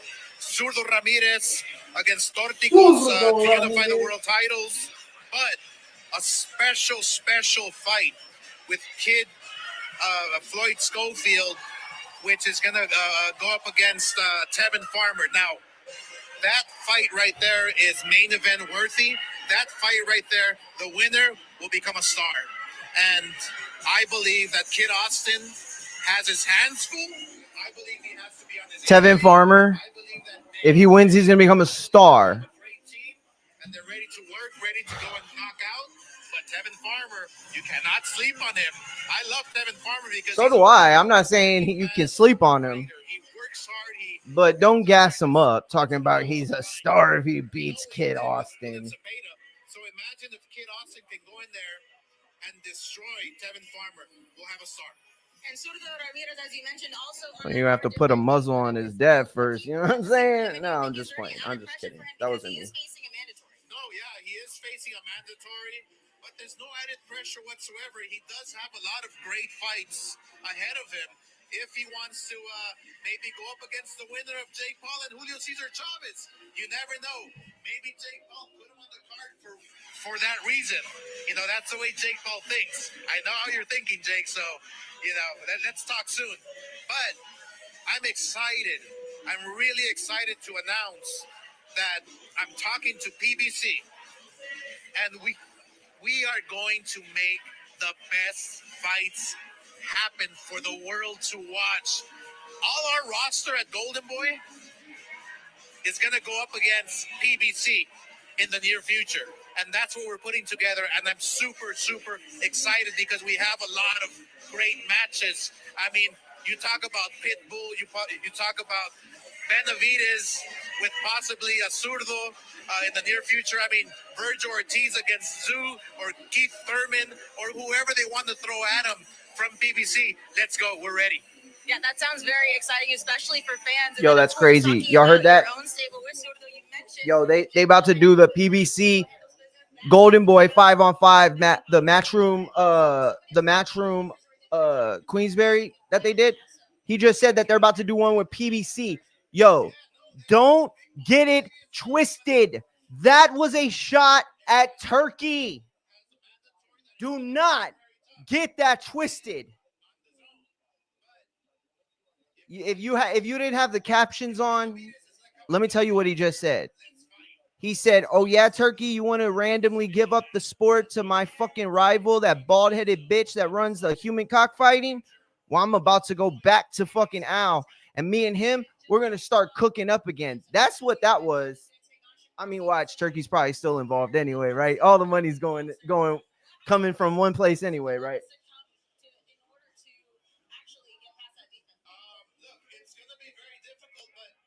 Oh man, bro, I cannot wait.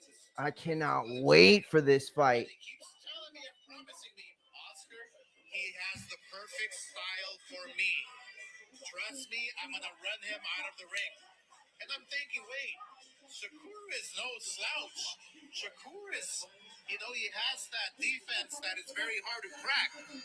Obviously, it can be broken, but it's very difficult. If William Cepeda is in his A game and he puts the constant pressure that he's used to, I don't know, because Shakur Stevenson, everybody knows he has brittle hands. Everybody knows it. He doesn't punch too hard, or that's what people say. Until you're in the ring with him, right? That's when you get hit and you feel the punch. But I strongly feel that on paper, this is a great matchup. It's a perfect opportunity for the winner to come out victorious and become a star. And tonight's main event, of course, very important. Golden Boy Fight Night, the whole point is to put the best against the best, especially with these young prospects. It's a really tough matchup. What do you see from this main event that's about to come up? Well, look, I mean, Darius Fulghum, we've been developing him nicely. Beck the Bully, we've been developing him. Obviously, Rosado had a great win against Beck the Bully, great knockout, one-punch knockout, which was heard around the world. And he's back. And it's like he's lost nothing. So I think this is a great matchup. This is a great developmental, but it's a developmental where the winner here is gonna be in line for a world title. So this is really do or die for both fighters. It is a young stage in their career. Yep. But this is what Golden was all about. You have to fight. You have to perform in order to move on to the next stage. Oscar, we're looking forward to everything that Golden Boy has planned in the future, and of course, the main event tonight. Thank you. Appreciate it. Oscar De La Hoya with some news. So Joshua Edwards is on the Jake Paul Chavez card after that knockout. And yo, I just got some breaking news as well, or some developing news. Let me put it that way. Ladies and gentlemen, from Abe Gonzalez of Fights ATW, fightsaroundtheworld.com. You can follow them at Fights ATW on X. The California State Athletic Commission will be taking the decision up on Monday regarding what to do about Navarrete Suarez. You'll remember that Emmanuel Navarrete defeated Charlie Suarez by technical decision on May 10th of this past year, or this past month, really, for his WBO junior lightweight title. And if you don't remember, the fight was stopped at around the 8th round. I think it was the 8th. Yeah.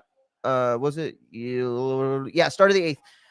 The fight was stopped due to a cut over Navarrete's eye. Now, I'll show it here in a little bit, but that cut was a very strange incident that's still being debated online today, right now, literally. X, Reddit, I've been seeing it everywhere still. There are a lot of Filipino fans that felt jaded about that decision, and they felt robbed. You know, and a lot of my community is Filipino, so you know, I got to hear how they felt about it, and I think it is a rematch that needed to happen. I really do. I mean, just knowing the fan passion behind that outcome and the spirit of Navarrete and what it does to the Filipino-Mexican rivalry, which at this point in this era, 2025, is better than the Puerto Rico-Mexico rivalry. Let's be honest. I'm not saying historically. Obviously, there's no way. I mean, that's like talking shit about the Red Sox and Yankees, right? You could say that it's not the same rivalry that it exists today that existed way back when. But what happened way back when dictates a lot what happened, you know, for the entire sport. And that is to say that Puerto Rico-Mexico rivalry, it'll always have a special place. But right now it ain't shit. And you know it and I know it. But that Filipino-Mexico rivalry been going and popping strong since Pacquiao demolished all the Mexicans, let's be honest, the featherweight. So Abe has spoken with the WBO president, who told him that they're waiting on the ruling by California State Athletic Commission, but very likely will order a rematch regardless. So this is straight from Fights ATW. You can go there and read the rest of the story. Y'all remember that shit? No? Anyway, yeah, so shout out to Abe, champ, always popping, always up on it. Also, he has some really big interviews that have come out this past week, and it will be coming out in the next week or so. One of them was with Xander Zayas, and he has some news that if you are a Xander Zayas fan, and let's be honest, why wouldn't you be? He's awesome. If you have any criticism, it's that you think he's so good that he needs to be fighting, you know, some of the best competition, which I would agree with. But yeah, he's on the verge of closing in on a title shot. So yeah, go to fightsatw.com, fightsaroundtheworld.com. Check it out.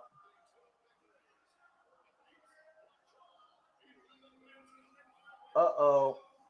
All right, Luis Arias and Eric Priest. Of course, they're gonna start right when fucking Cody and John Cena are about to start. I'm sorry, guys. I got a mark for the John Cena stuff. I'm gonna keep that turned up, but I will stay locked in on Priest and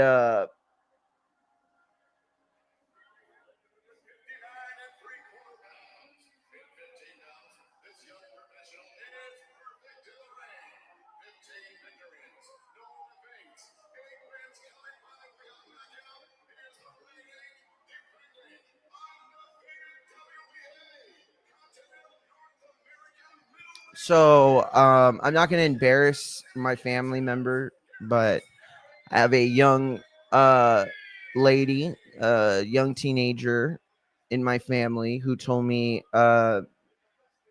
this past week that she will start being a fan of boxing now. And when I asked her why, she said that she saw my interview with Darius Fulghum, who we had on a couple weeks ago. If you didn't get a chance to check that out, and she saw Eric Priest's picture and video, and is apparently now a fan of boxing. So there you go. You know, I'm all for it, man. You know what? The Oscar De La Hoya years, where he was driving the women crazy, those were some of the most profitable years of boxing in terms of fan engagement, in terms of viewership. You know, I mean, the Texas Rangers used to sell out like all their weekend games because the ladies love themselves some Pudge. And if you don't watch baseball, that was his nickname. That I wasn't being gross. All right, Rhodes. Rhodes is up. We're watching. Oh, they chanting Cody, Cody. Yo, Cody got a big ass jacket on tonight.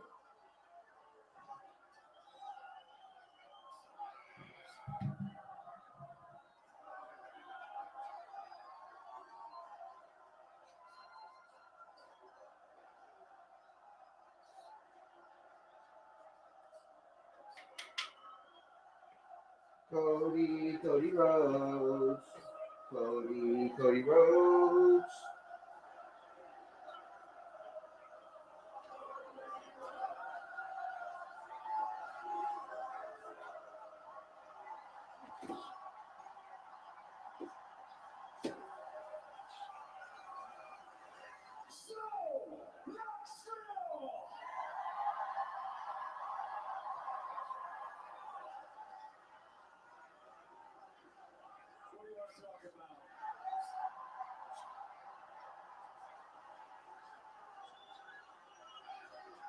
I'd be remiss if we didn't point out that we could talk about the record crowd here this evening.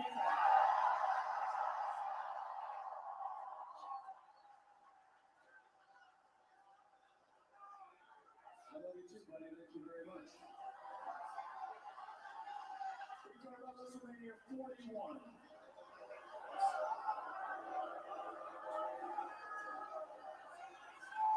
After WrestleMania 41, I went home.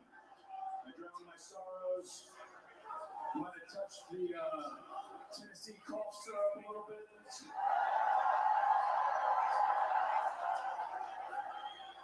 And I had a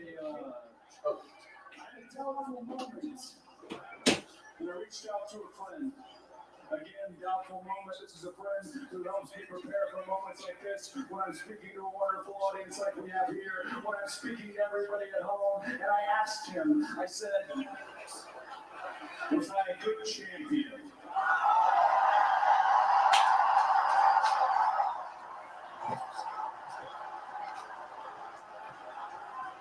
And his answer, it wasn't as simple as yes or no. He said, with everything that you faced here in the ring in front of all of you, and with everything that you faced behind the scenes, being pulled in different directions, the waters that you had to navigate that no champion has ever had to navigate, he said, yes, you were a good champion, and I felt good. That was a hopeful moment. That was a silver lining on a dark cloud, and I started to think about my whole year. I thought about AJ Styles feigning retirement and getting the drop on me. I thought about my friend sucker punching me on the side of my own bus while my family slept on the other side.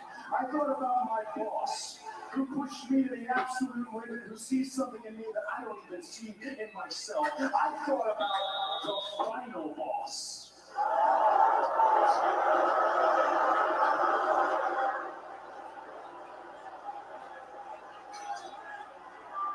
thought about the final boss asking me for my soul, and the entire world theorizing what he meant. And as preposterous as it sounded, the scary part was that he was 100% serious, and no matter how many times I say no, the offer still stands. And I also thought about John Cena.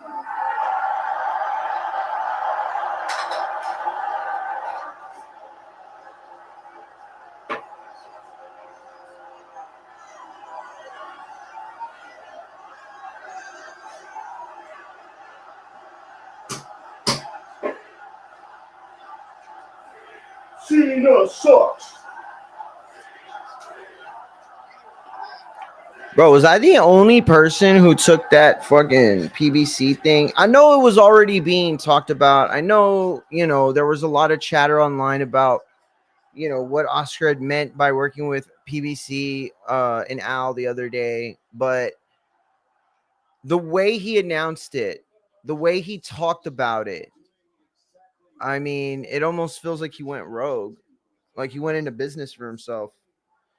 But yo, if anybody thinks I'm wrong about that, tap in with me, bruh. I mean, you could let me know in the chat, but I did put the link to join in the YouTube as well as the Twitch, by the way. Shout out to everybody on Twitch too. Shout out to everybody on IG. I'll tap in. I'll see who's there. Give me just a second. If anybody on X though wants to jump on, let me know. Type it in the chat. Let me know if y'all want the link. I'll put it in a little bit for sure though.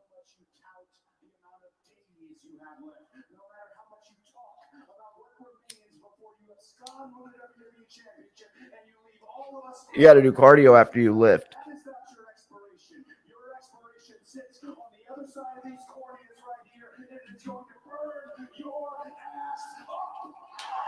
Yo, Cody just said he's about to burn John's ass up. No Diddy lotion.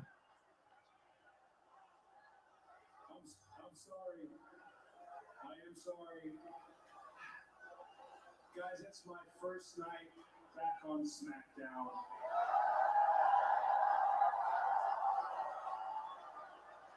And I'm getting a little bit worked up. I thought so much about you. What can I do for you when I get back? What can I do for the WWE Universe? Hey, I'm back on Smackdown. How about a surprise? Oh.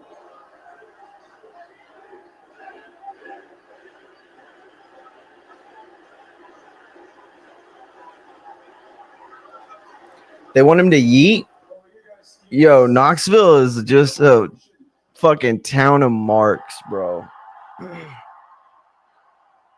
You mark ass. I don't know. I mean, that would be a very big surprise. That would be the biggest surprise. That would be my partner riding the battle at Money in the Bank.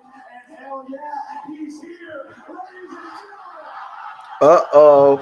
SmackDown just got itself a... Yo, WWE is about to yeet all over the SmackDown fans. All pause. Damn, Cody just fucking busted a blood vessel. Yo, somebody should have told Cody that the one guy that doesn't need a hype man for when he comes out is Jey Uso. Yo, my man did way too much out there. Thinking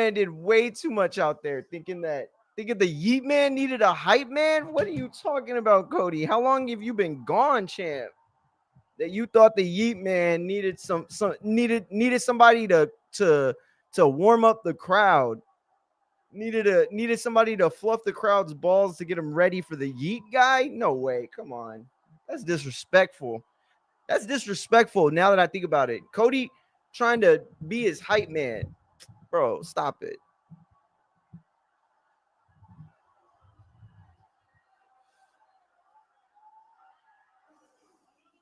What? They're playing a song again? Bro, what? This is ridiculous. This fucking entrance is taking 20 minutes.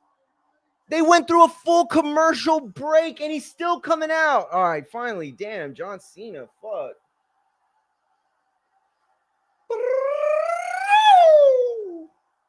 Dun, dun, dun, dun. Oh, am I a John Cena mark? You want to know? Oh, yeah. I'm a John Cena mark. Yo, this is the shit I don't like about boxing and wrestling running counter programs so much. Because I've already missed the first 2 rounds of the fight that I really wanted to see in Priest and Arias. And guess what? They are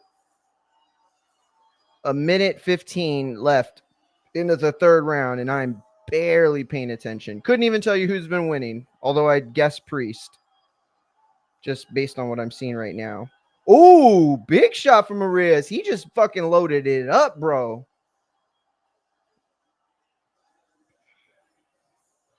Why am I not fast forwarding this John Cena 5-minute entrance?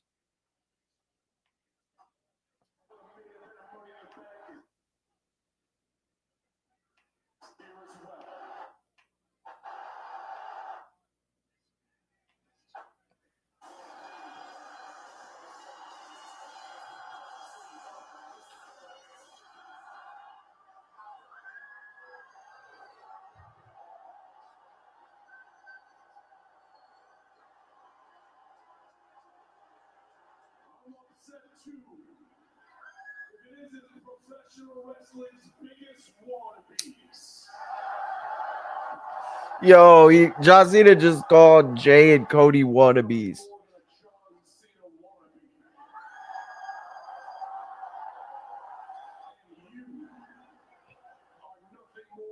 John Cena wannabe.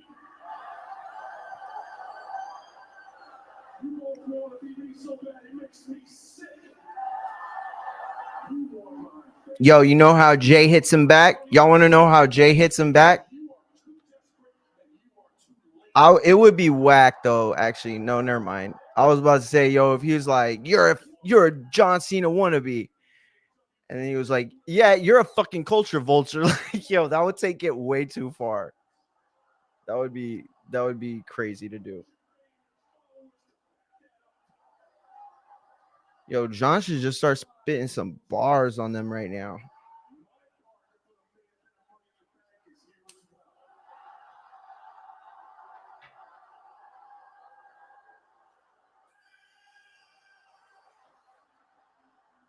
All right. Logan Paul in the building. We're definitely fast forwarding through that entrance. He been posting like a lot of TikToks. Like with the WWE, I mean.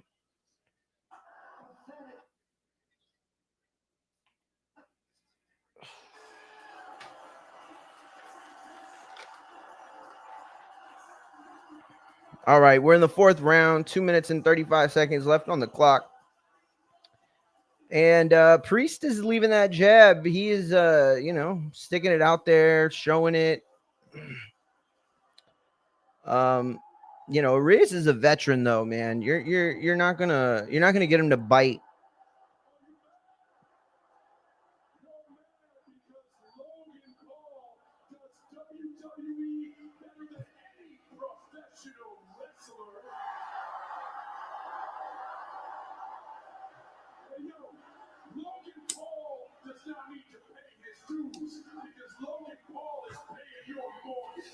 Damn. John Cena said Logan Paul don't have to pay his dues because he's paying y'all's mortgage. Crazy.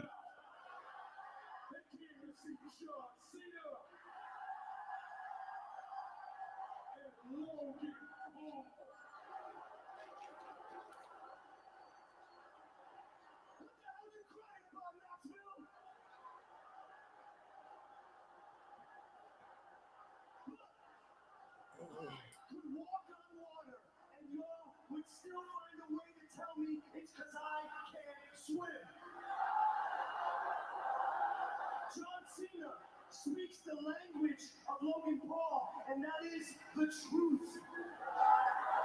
The truth. It's right in front of you. You deny it all you want, but look around. You stupid, simple Tennessee people.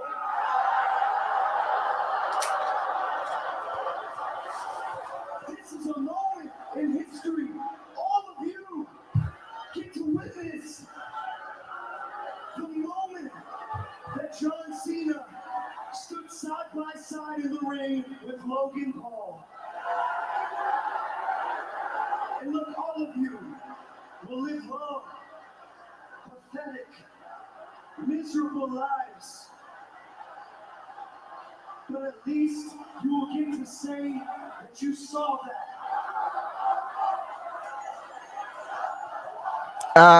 WWE told the fans to stop cussing and they're chanting, shut the F up. Yo, they're way too late with the bleep button, bro.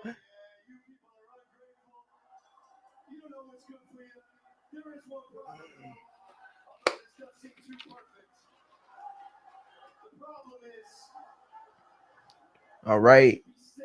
They are officially showing the backstage shots of Darius Fulghum. Yo, he looking all sorts of jacked right now.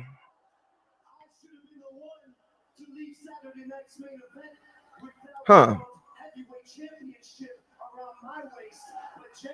They got Beck warming up, taped up. Looks like he's trying to get a little sweat going, get warmed. That fight is next.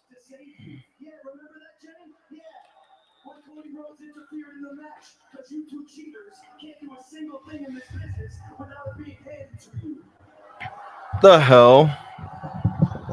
Well, isn't that the YouTube star calling the kettle black?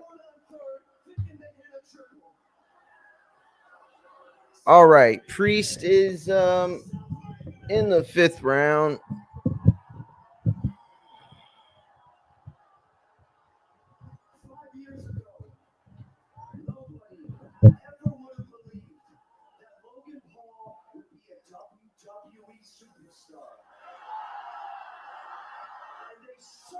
Yo, this is a lot more whack than AEW. Matt, you still there, champ? Tell me that this is better than AEW's main storyline right now, champ.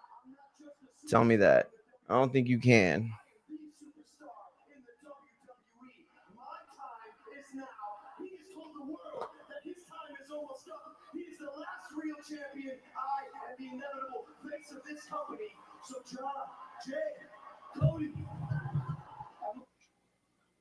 Are you, what the fuck?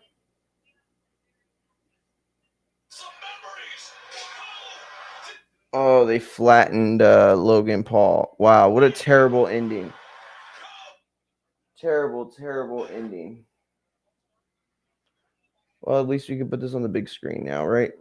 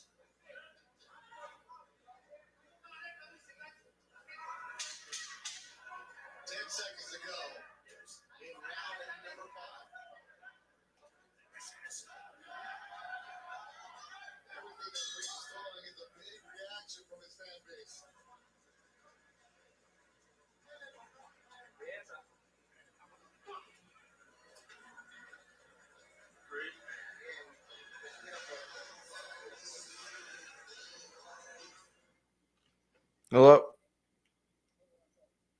We're back.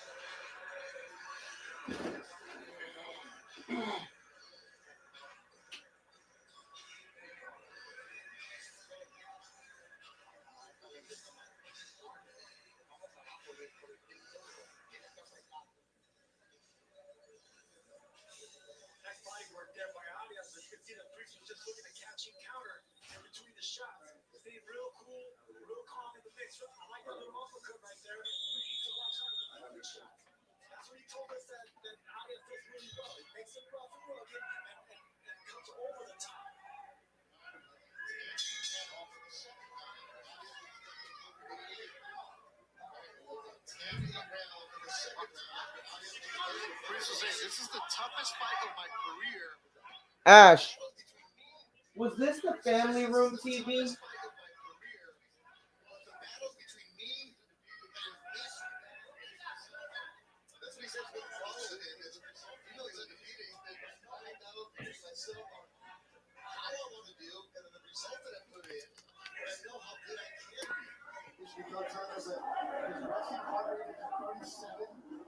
All right, there we go. We back.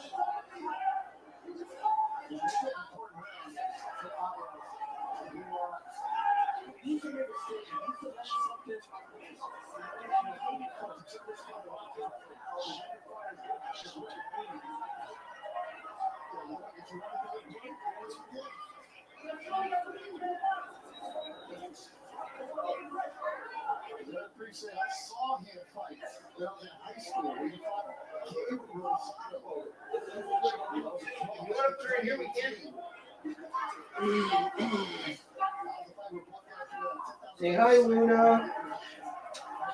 Say hi. Say hi, everybody. So my name's Luna. You want down? Alright, go ahead and pee on my fucking carpet. And piss. No, she didn't. Canella, behave.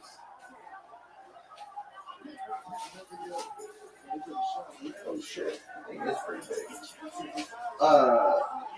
Yeah, you want to leave her out here or in here? It don't matter. It's up to you. Whatever's best. Whatever you think. You tell me what's best for you. Then leave it out there. Leave it out there. And then we'll put it out there if we need to.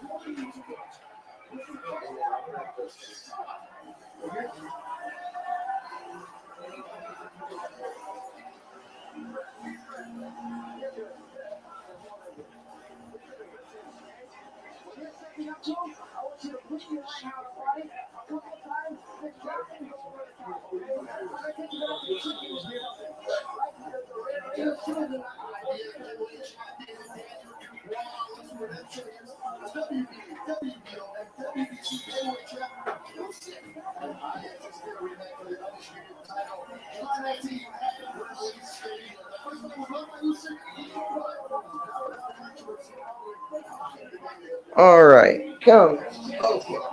Okay, you're being a little gremlin. Ooh, Priest just got chin checked, Ryan. Have you been watching this? I was finishing Smackdown, so I didn't really get to watch it early. Yo, why is she so sticky right here? Say hi, everybody. What is that? Okay, did you bring me a drink? Okay. Are those 2 Dr. Peppers? Can I have one?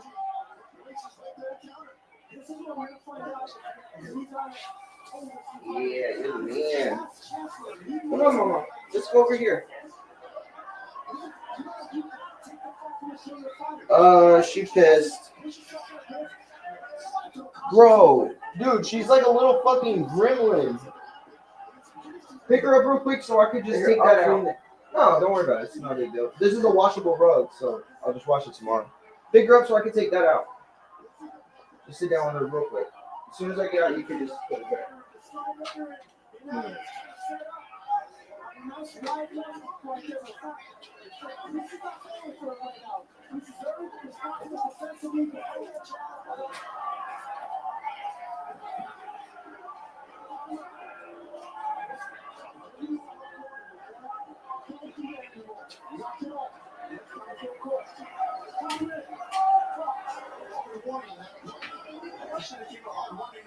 Dude, did you see Pacheco's brother fight? Did you see Pacheco's brother fight? Mm-hmm. They call him the Tamale Kingpin. No, I'm playing. What the fuck is going on with this shit?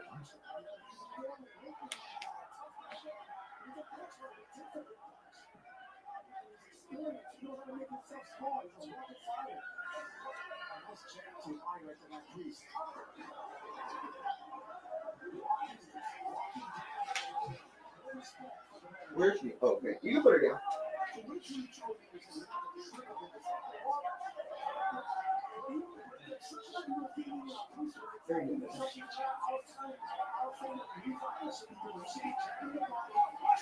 You can put her down if you want, right? Okay. Wanna go down one? I'll put the gate up so she can't get through. There's still some pizza left too if you want some. Yo, I think she wants down, bro. This is a good test right now. It really is for Priest, because even though he's not having like the most success in the world, this is the kind of veteran types of fights you need against guys who are either wily or, you know, they have those veteran tactics, is what they used to say about Salido. But like, and that's not even what I'm saying, like specifically like Salido style. I'm just saying like guys who, you know, like Arias might know at this point that he can't win this fight, but he also knows that he can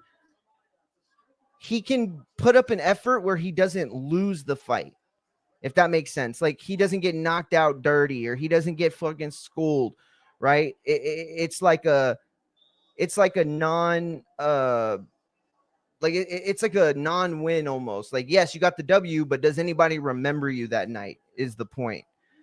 Because Priest has the look, bro. Like, I'm not gonna lie, you know what I'm saying? No homo. It's a good looking kid, you know, looks like a fucking streamer. Looks like, hey, he looks like somebody from Streamer University right now with like a bunch of fucking, you know, people. I can't believe she's small enough to fit under there. You want to get one of her toys, or you know what? We have toys here. I'll get her one. Luna.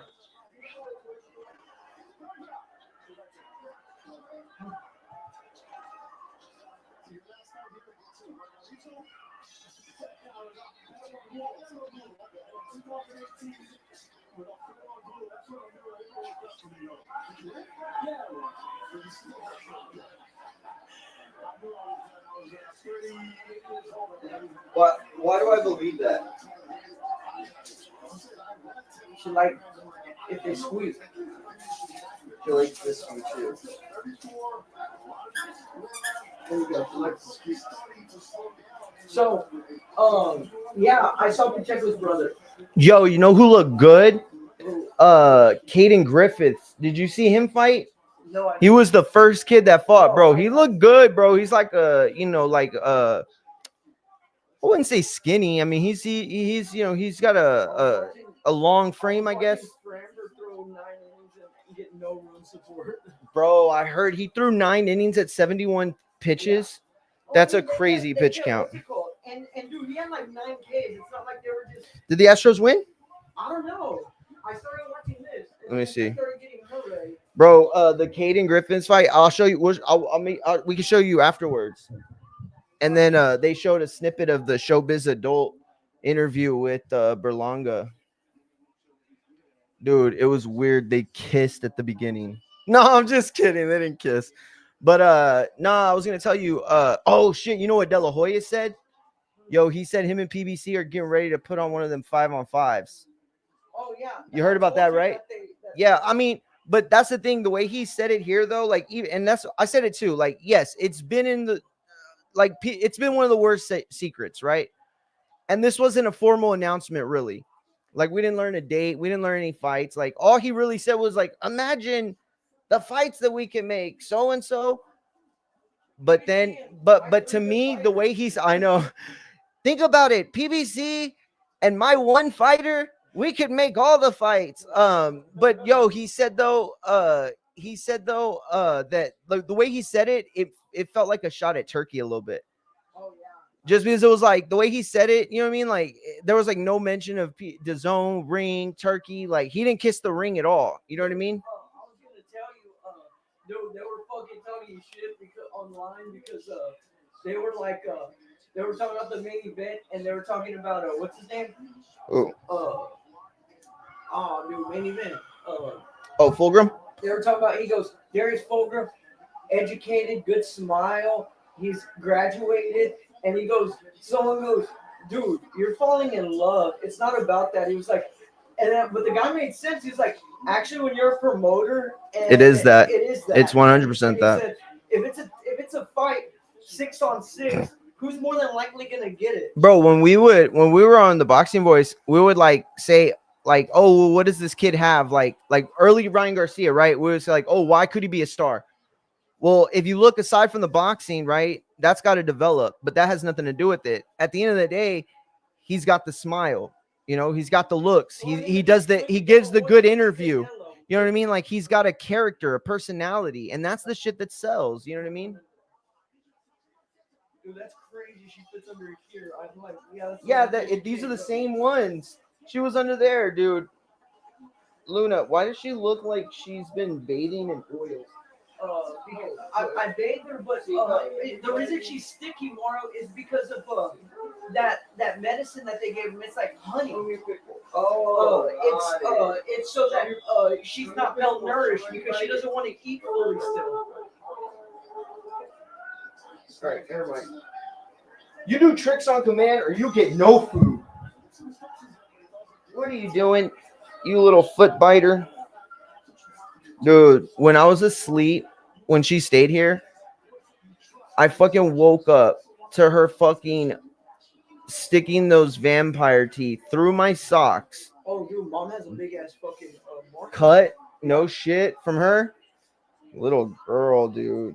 Dude, I'm not lying, dude. Ever since Hey, if you want to put your pillow like that so she can't get through, you can. If ever since I took her, dude, she's like fallen in love with me, dude. Like she'll come to me, she sees me, she jumps out of mom's arms.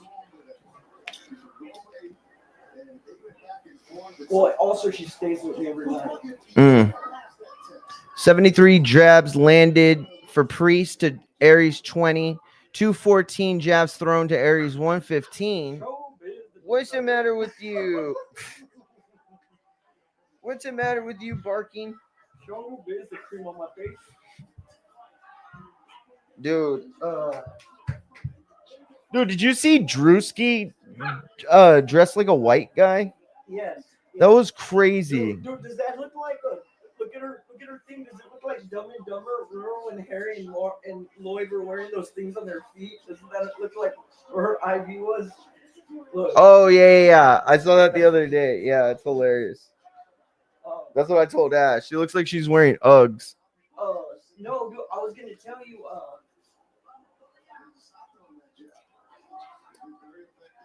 Dude, her and Brooklyn loves her ever since she came home.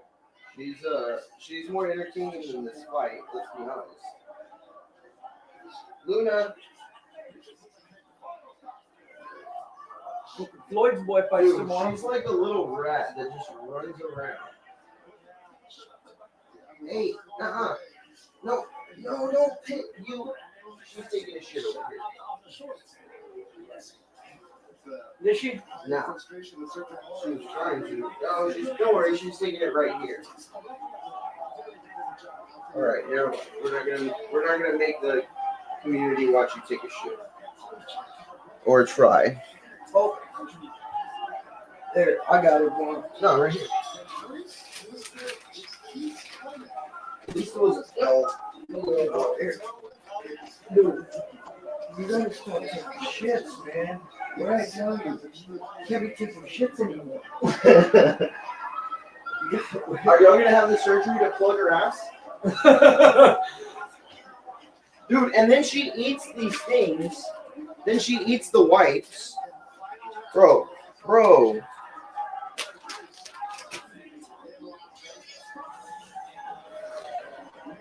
Hey. Yo, so how much did you put on Darius? 35. To win?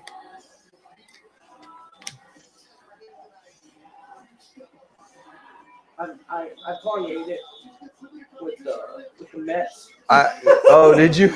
And these fights. Bro, I don't see how you could bet on the Mets these days. Bro, they played the Rockies. Oh, well, that's in Colorado or in No, in New York. yeah, that's a good matchup. Little girl.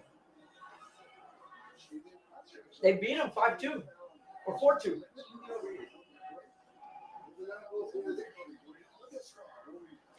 Dude, I was watching the Yankees. Dude, first inning, Judge bomb. First at bat, LA, Otani enters back. Bro, do you think the Knicks got it tomorrow? They have a chance. They have a good chance. I think if they win tomorrow, I think they win it. They're going Honestly, back to New York. yeah, and I don't think they beat them in New York if they go back.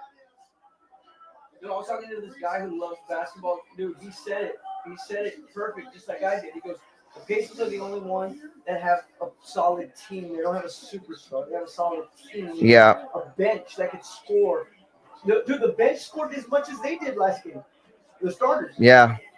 I think they were like 6 points off. Bro, I'm telling you, I know I sound like a big ass mark, but bro, Halliburton and Brunson need to get into it at the game. Ah, you little asshole. Yeah, but Halliburton, Fuck, that he hurt. 7 points like he did last game. Like, Yeah, but I'm saying though, if they like shove or they're like, hey, fuck you, bro, yo, that sets up a SummerSlam match that gets them paid. yeah, but, I mean, no, but Brunson and SGA.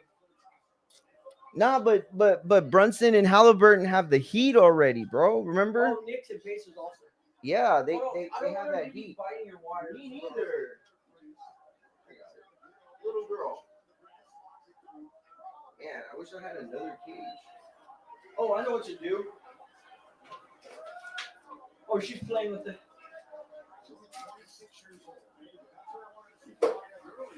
Watch. Dude, she loves it in here. We'll just block it like that so she can't get out. And then I'll put this. I don't know where the fuck to put this. That show. Oh, you should put the gate open so if she wants to get in. Oh shit. Blue. I put it through the. Oh, my bad. I just don't want her to go back there. Here. So I think that works. Here, let me see what it is. Here, get over here. Here, you're gonna flip this. You're gonna go in here for me. Here.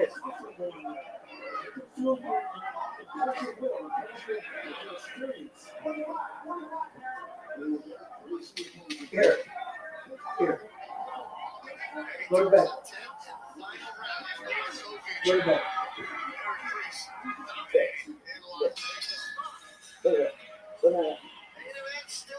I can't see you.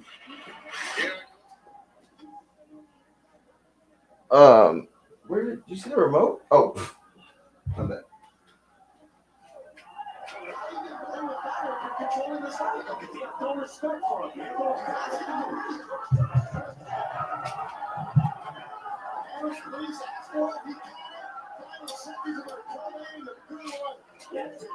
Oh, nice. Yo, I'm gonna have to go back and watch this. It looked like a good performance from Priest, but it also looked like, you know, he learned a lot. It wasn't like an easy fight. He didn't just walk through it.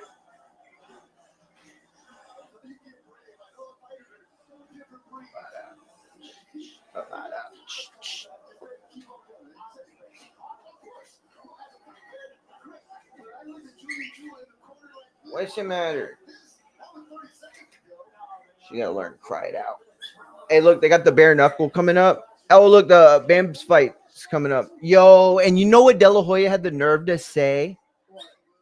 That maybe the winner of Zulo and what's his name could fight Jake Paul. That maybe that's why he put him on the undercard. You never know. Or no. Yeah, he said the winner could fight Paul Chavez Jr. Never fight a Zulo. Never. Or Dortigos or fucking anybody good. Bro, he wouldn't even fight Brandon Glanton. Look, she's throwing herself against the wall. Look. If you want to let her run around, I don't care, Ryan. It's up to you. Okay, well, once the fight starts, she's going in here. Sounds good. Hey, we could put her in Ryan, we could put her in Ash's office. It's dark in there and nobody will be able to hear her cry. I mean, she'll fall asleep is what I'm saying. She'll fall asleep in 5 minutes. Yeah, that did sound a little ditty. My bad. You can put her in the other room where they can't hear you cry. Why you wrap her up in the blanket? I mean, but you should probably let her like run around so that she burns off the energy before you put her and trap her in there. Dude, we didn't even talk about Mungia. Oh, dude, I Sad. can't wait for next week, dude. Why? Keyshawn Davis. And Oh, the Zach Keyshawn Edwards. fight. Yeah, that's gonna be a good fight. That's the last ESPN. No, already. They have a plus thing. I think. Let me see. I think it's in July, but it's not on ESPN. Let me see.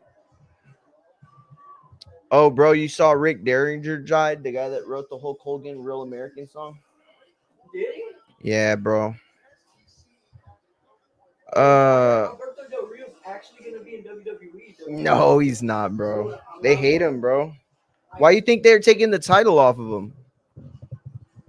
You didn't see what they did on Raw? So they announced Chad Gable is going to be wrestling Vikingo, right? And they announced it, and yet Vikingo isn't the champion. He's wrestling for the title this weekend. So basically, WWE spoiled who's winning, and that's how much they hate Alberto Del Rio. Vikingo's the one that Used to wrestle AEW with the braids. Is he the one that came out on WrestleMania? Yeah. And he also came out at Raw too. Yeah, dude, that Worlds Collide card is gonna be badass, bro. You know it's next week, right? 3:00, and then Money in the Bank's right after at like 5:30. Luna Vachon. Bro. I know.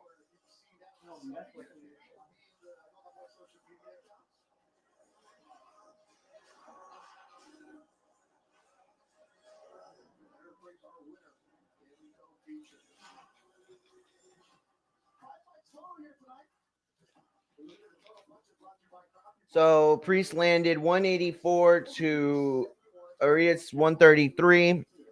He was 39%. So Arias is 30% landed. Yo, that was a very fast 5-fight card. Hey, there's a what's it called also? What? MJ, right? Yeah. Yeah, I forgot. I remembered right when I went live. I was like, oh wait, did he fight already? But he hasn't, right? No. He fights on Dazn. Yeah. I saw that. What are you doing, little girl? All right. Y'all know what it's time for. Hey, Shoe Shine in the building. What's up, bro? Yo, Shoe Shine. I'm so glad you popped on because I was gonna ask you. First of all, I'll text you this, but I need your help, champ. I need your help with that link thing you set up for me that one time where I was able to use your setup to use on StreamYard.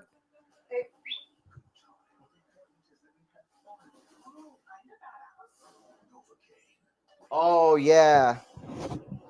Are you there, champ?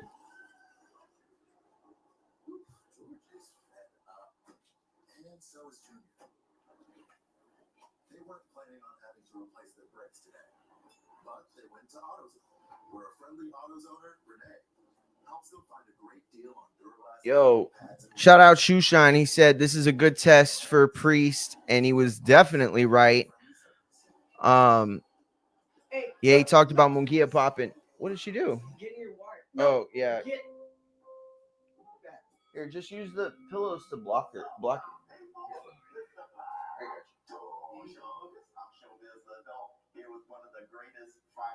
Shakur Stevenson. I'm good. Yo, they got the Showbiz the Adult interview with Shakur. They got Showbiz. He's too old for that haircut. Damn. He is. Now he did Bro, why does Showbiz look like he's super fit from below the waist?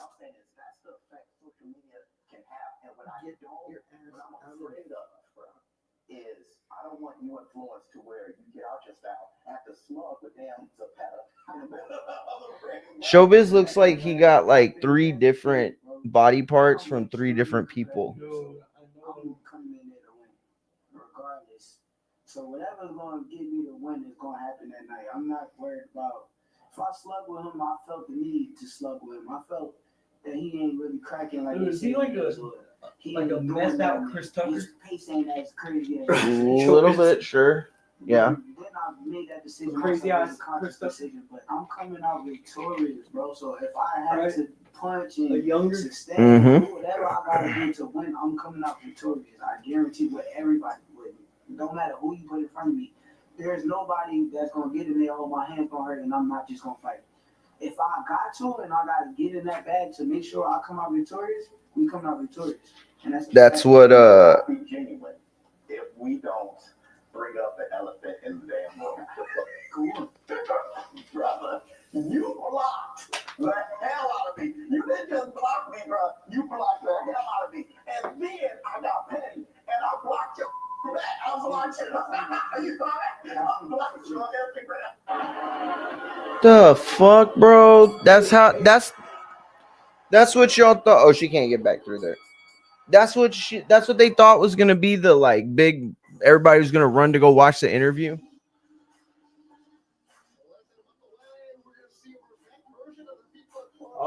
Okay.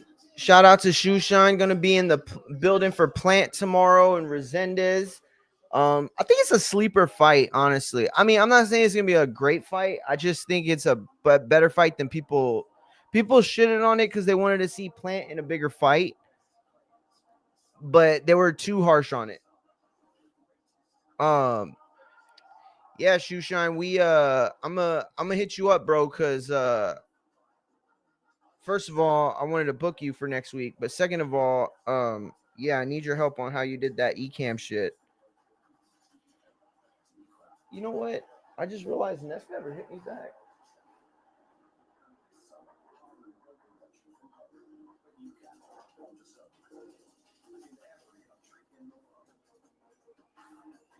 Dude. All right, bro. We got to get it up. What does Darius come out to? What do you think? Tops drop? Or I'm from Texas? Big plug, big fat plug. What do you think?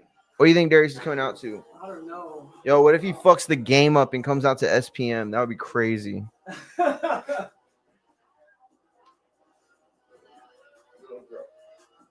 not a toy for you to fuck with.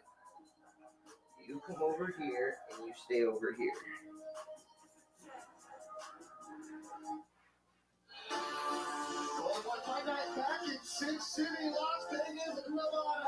Dude, I have to sit like this because of this dog. Is that the strip? Oh yeah, yeah. Bro, everybody covering this fight tonight. I got like a dozen people in the building that tonight. Plus another dozen. Plus there's like another 2 dozen I know covering it from home. This is a big fight. I'm telling you, people overlook this fight. It's because they're not real fight fans. This is a big fight for them, and it's meaningful. You know what I mean? And Joel Diaz always has those East Europe fighters. Right? Oh yeah. European fighters. Yeah. They said he's like a no nonsense, no bullshit type guy. Hey, did you hear who oh man, Westlaco's training with Figueroa? Who? Manny Robles. No shit. Manny Robles? That's a good link up. What the fuck? She's just jumping over shit like she's like a Olympic hurdler. Look at this shit. What are you doing? Why are you? Yeah, exactly. Hey.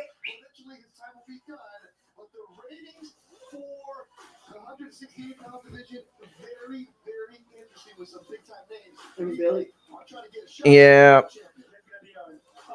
Diego Pacheco. Right? You know who it was? It was what's his name? The welterweight. Oh my god, dude. Did she poop? No, she's. Oh. Hey, get. You're gonna go in there.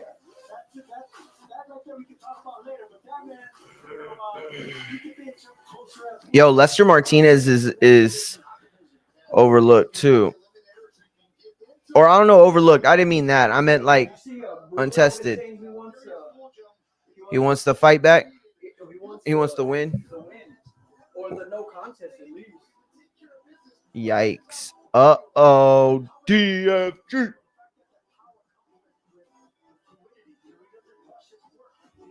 DFG. DFG. Yo, you seen what was his name? Alexander? He came out to He came out to what's it called? Want to be a baller.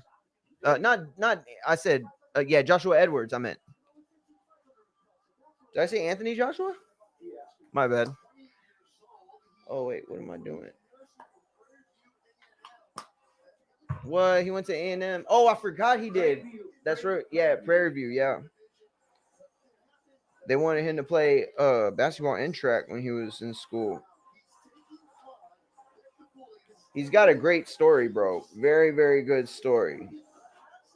He always brings the crowd. Well, the fights I've seen him fight at. All 2 fights I was there. How many times have you seen Fulghum fight? Like 4 or 5, right? Because you saw him fight in Dallas, and then you saw him fight in San Antonio twice, right? And then Corpus once. Right? He did fight here. Yeah, Corpus once. Yeah. Yeah, the only one I missed was the Dallas fight.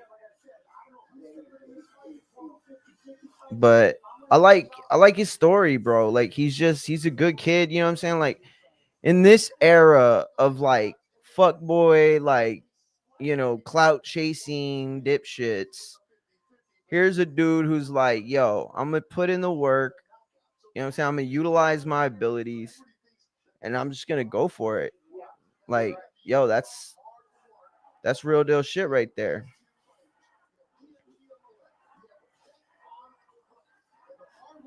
Hey, you know what I did?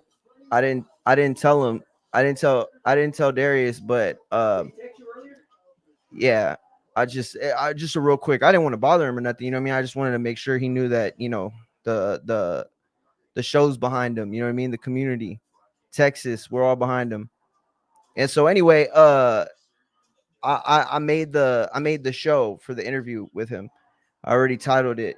Yeah, because I man, dude, I just felt like he was gonna win from the moment that the fight was announced, and everybody was like, "Oh shit, it's Beck, it's Beck, it's Beck." Yo, fuck Beck, fuck a bully, fuck Kanye West, fuck World War III, fuck the kid that stole Big Mo's whole entire swag. That's right, I said it. You think I'm playing about it?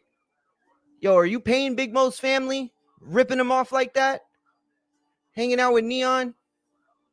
Can't get off the couch? That big rapper, what's his name? I forget his name. You know what I'm talking about? That young black kid, he's fucking big as hell. Oh, that fat. Yeah. Yes, dude, What's his name? you didn't hear what Snoop Dogg said about him? Yeah, bro, he got mad about that. Yeah. Nah, bro, doesn't he look exactly like Big Mo? Isn't he? Bro, I thought he was like 17 or 18 when he started getting, when he was. Yeah, bro. That he said. He goes on Yeah, with an oxygen mask, bro. Yeah, that's what I'm saying. Like, but you know why he makes me mad though? Because that's Big Mo's entire brand and look. Like, are you paying his family? Like, are y'all related? Are you Junior? That's what I'm saying. Like purple stuff, like the clothes, the branding. Like, damn, bro, you better be paying Big Mo's whole entire family. Nah, he's from somewhere else. Born somewhere else, but. Hey, I was gonna tell you, dude. Yeah, dude. I fucking man, dude. That guy's fucking fat, dude. Yeah, he's fat as shit, bro. How do you get that fat, dude? Like, bro, I mean, be honest. Like, we grew up with, you know, Texas people that are black, and it's like Mexicans. You know what I mean? It's their grandparents are cooking them bad shit just like ours. By the time you know it, bro, But I mean, do you not fucking like 19 with fucking walk to diabetes and check the shit. mail? Yeah, that's a yeah, okay. No, I get what you're saying. Yeah, no, that's a crazy age to get that big. Like if you get that big, Mexicans may eat like shit and may have diabetes, but they gotta work work so a shit hard ton. Yeah, that- yeah, yeah. that they're not like Oh, bro, you'll see a real wetback, and they'll have a beer belly and fucking lonjas, but then they're fucking jacked everywhere else. It's crazy. And dude, they could fucking stay out in the sun from like 7 a.m. to like 8 p.m. and take a 1 hour lunch break, and that's it. Yeah, yeah, no, you're right. You're right. The most dehydrated race of people in the world. And drink beer right after. Hell yeah. Nah, you're right. But bro, I don't know how that kid got big, but I blame his family for sure. I mean, you have to, bro. Like, look, I don't know his circumstances, right? Because I'll be honest, I really don't like his music. Like, it sounds like an emo rap, kind of. One song's alright. Yeah, no. He does have talent. I'm not trying to like be a hater. He definitely has talent, but his whole brand that got popping was Big Mo's brand. He stole that. So either he's family and I don't know, and I'm an idiot, and somebody's gonna tell me, bro, you're so stupid, you're being a hater, and that's fucking Big Mo Jr., bro. You didn't know that? You didn't know that's Big Mo's like actual son, gave birth to him and everything? Like, oh, my bad, dude. Well, then now I know. But as far as I know, that kid just jacked purple stuff and ran with it. He's like, yo, who's this rapper, Big Mo? Oh, he died? Let me just take over everything he ever said and did and stood for. Yo, I'm not trying to make this into nothing, no crazy Houston politics, bro. We got a Texas representer getting ready right now, and his name is Darius DFG Fulghum, and he about to bully a fucking bully right now. Stop it. He's about to bully a fucking bully. Tell him, Martinez. Hey, tell him, Joe. Tell him. Hell yeah, bro. Let's go, Darius. Hell yeah. Let's go, bro. Let's fucking go. Oh, I'm standing up for this shit, bro. I ain't gonna be sitting down. Hell no. Who's gonna sit down? For real. Oh, God.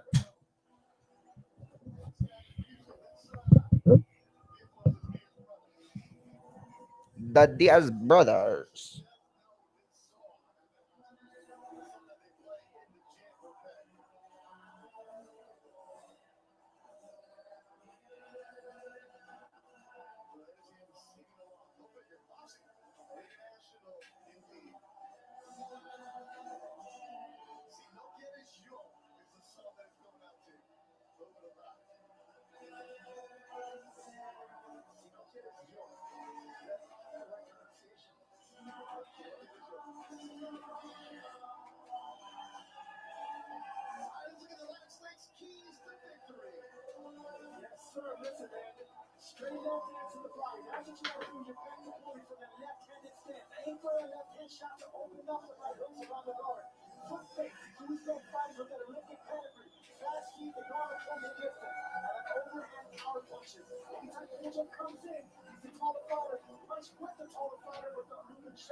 What do you come here? You come here. You tell him you want inside of the Michael Vick fight league. And your name is what's that kid who's kind of slow and he wants to fight MMA, UFC? Are you talking about Sketch? Sketch? No, who the hell's that? No, the kid, his name is like Death Camp or Death Squad or Death Punch or Death Blow or some shit like that. You know what I'm talking about? He's like a kind of young black kid, but he's like I think he might be a little slow. He's been on Mighty Mouse's podcast like a lot lately. You don't know what I'm talking about? Bro, he's been fighting in that what's that league that Nest hated those guys? I mean, he didn't hate them, but he hated that people called it boxing. That Hell's Backyard or the Devil's Backyard. You know what I'm talking about? Yeah, he's that guy that fought in there. You know what I'm talking about? I know now. Yeah, Death Squad, Death Punch. Y'all know who that is? Chat? Anybody?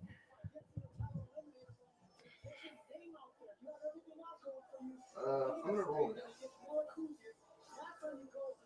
You want to put her in or no? Yeah, you can. All right, come on, Mama. Let's go. You're gonna come in. No. She's trying to bite me. Little biatch. No, yeah, I'm sorry.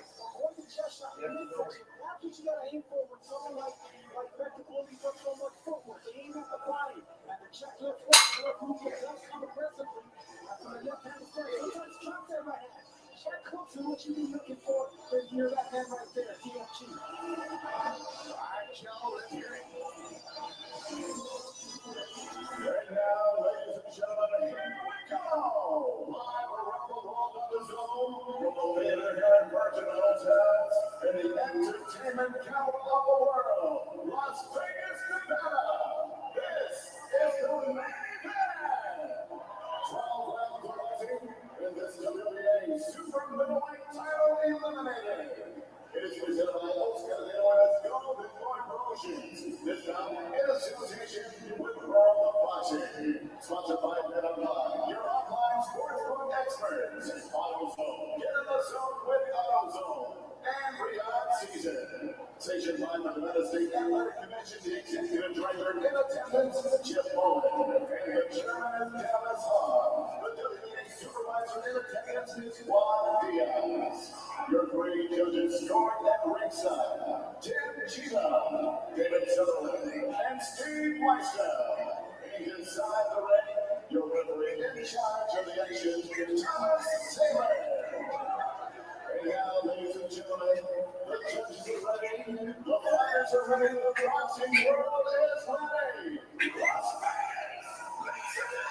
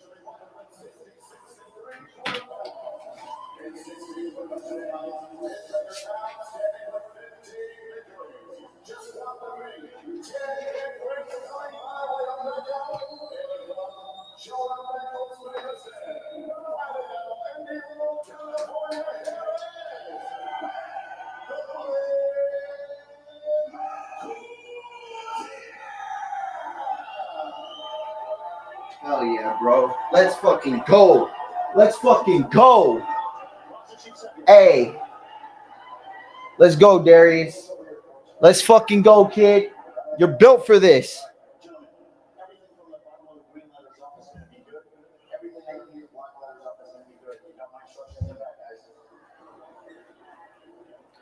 Let's go.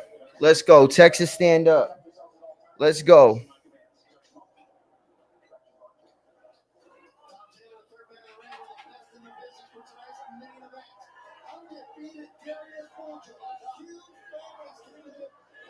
You called it, bro. You said it.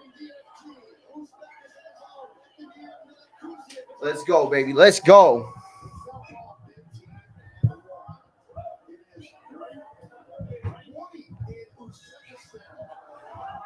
Oh, it's morning in Uzbekistan.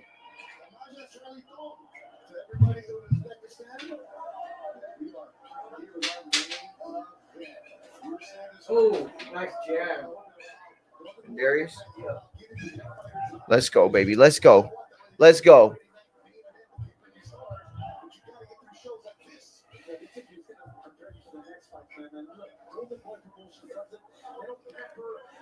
This is what's great about Darius. You know what I'm saying? He's good in these rounds. He's gaining shit. Look at Beck's fucking right eye's already a little red, bro. You sure all he landed was a jab?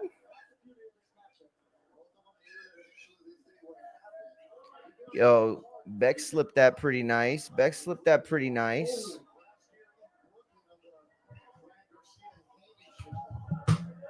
Yo, let's go. Let's go.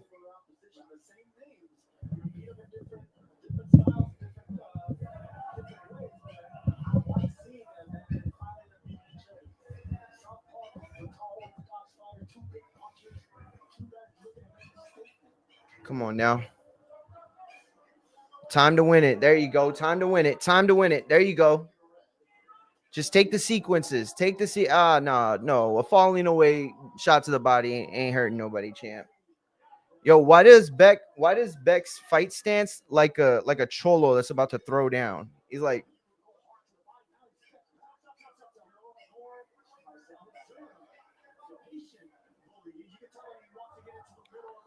let's get it.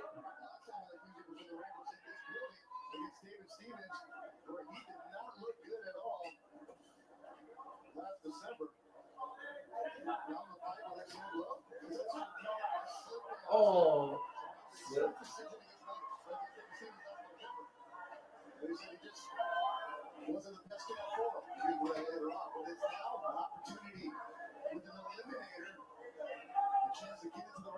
Ooh, nice, nice.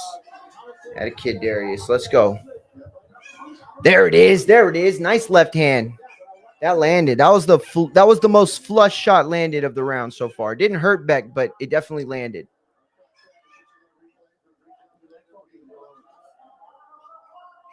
Huh? Yo, DFG is this is a game of distance early on. Or range, I should say. Well, I mean, I guess they go hand in hand, but they're both trying to find their range right now, where they're comfortable, how they feel. Add a kid. Why? Ashley's got her headphones on, bro. She's fine. I covered her. She'll go to sleep.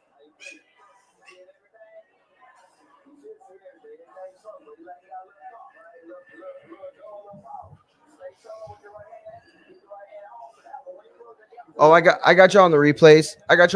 Don't worry about it. I got you on the replays. Yeah, champ. Shout out Puerto Rico. Hell yeah. Nah. Munguia ain't Puerto Rican, bro. I just represent. I got respect. You know what I'm saying? It's a rivalry, but I got respect. I'm not like a hater ass Yankee fan or a hater ass Red Sox fan. You know what I mean? I'm playing. Yeah, let me hold it.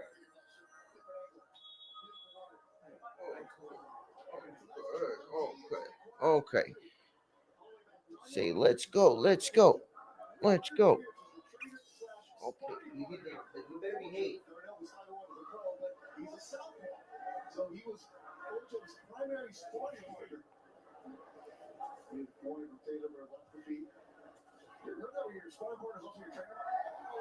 Ooh, nice jab. Snapping jab from Fulghum. He's got that hand a little low, but that's what it's outside of Beck's sight line. Yeah, he's getting that jab through. Ooh, Beck tried to come through with that heavy left, but Fulghum beat him to it.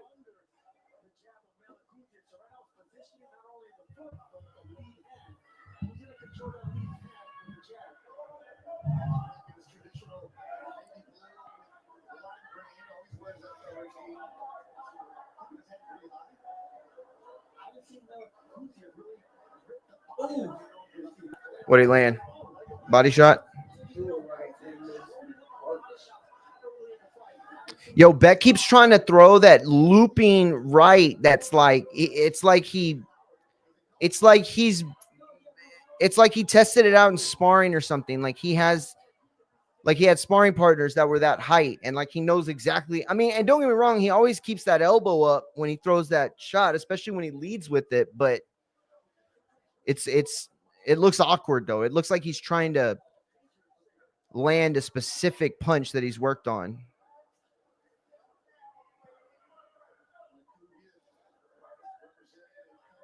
Darius goes to the body. See, this is what Beck is really good at right here. You know, he's going to smother you. He's not going to let you get much off right there.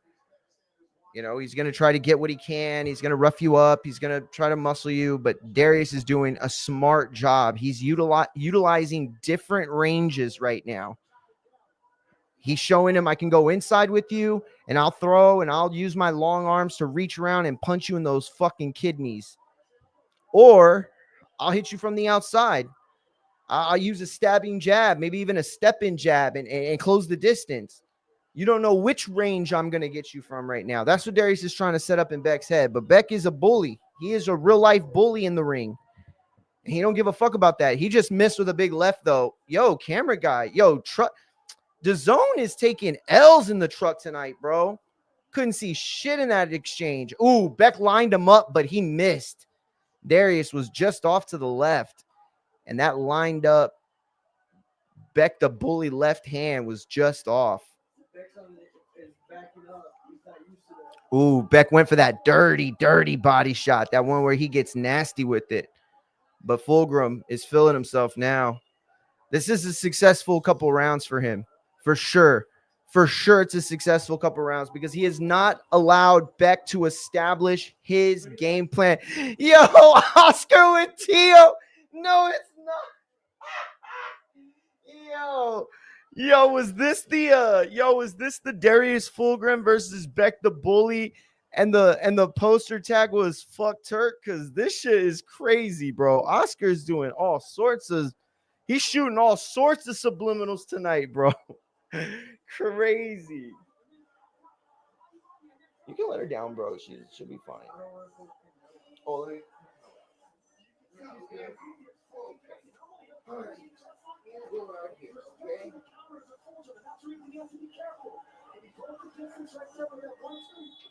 There, go for it.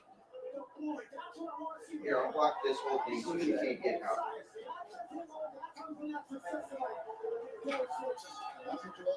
Look at that. Come on, watch this. Oh, my bad, guys. I didn't get you on that replay. My bad.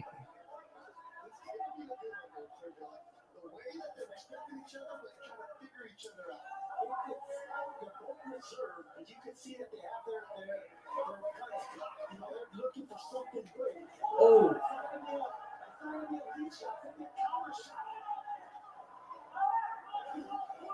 There we go. Come on, Fulghum.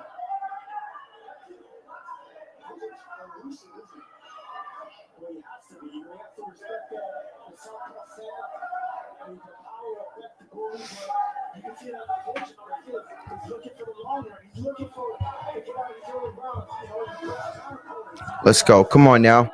Darius got him in the corner. Fuck! And he just let Beck line him up for that left. It didn't land flush, but it hit him. I don't know if he's hurt, but he felt it. Fuck, man. Darius.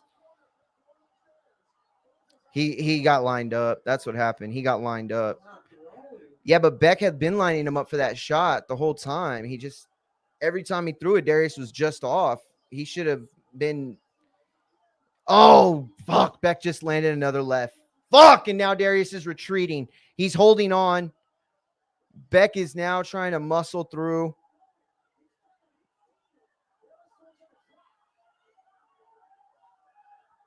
Come on now. Dig deep, Fulghum. Let's go. Beck with the shot to the body. Another one. Yeah, that body shot. Those body shots are really starting to have take their toll. Oh, and he lined him up for a left again. He hasn't landed flush yet, but if he is inching as close as he is to that shot, Darius needs to very much protect himself from that left hand because it is inching closer and closer to his button. Oh my God, Beck. Beck just went for a nasty body shot and then went over the top with the right. Now Darius fighting from the inside. Beck trying to fight with his hands down. He's feeling himself now. Beck is definitely feeling confident. Oh my God. And he just took the angle on Fulghum and hit him with another left. You cannot get hit with lefts like that. You cannot get hit with lefts like that. That is not a left that you get hit at this level. Darius is going to need to go back to the drawing board after these 20 seconds and reestablish the fight plan because now he is fighting Beck's fight. He successfully, for 6 minutes, was able to fight around Beck, finding a momentum, finding his way in to start to dictate the pace, to start to dictate the momentum, to start to fight his fight. And in the third round, he found his way. And at this point, Darius is going to have to prove that he can stop Beck the Bully. Yo, this little girl loves licking that shit. I don't know what. It's like metal. I don't understand. Little girl. Ryan, what is she doing? I don't know, dude. But she's tripping, bro. Yeah, that's what happened is he lined him up and then he turned it over on him. He turned it over. Oh, shit, the replays, guys. My bad. Fuck.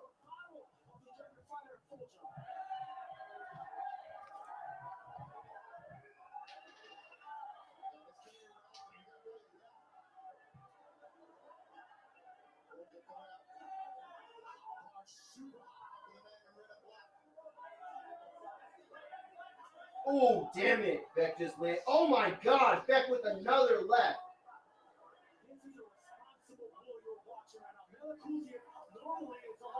That's the left I was talking about right there. And that still didn't land flush, by the way, chat. That still didn't land flush, by the way. What I'm trying to say is there's a scarier version of that punch being thrown and landed.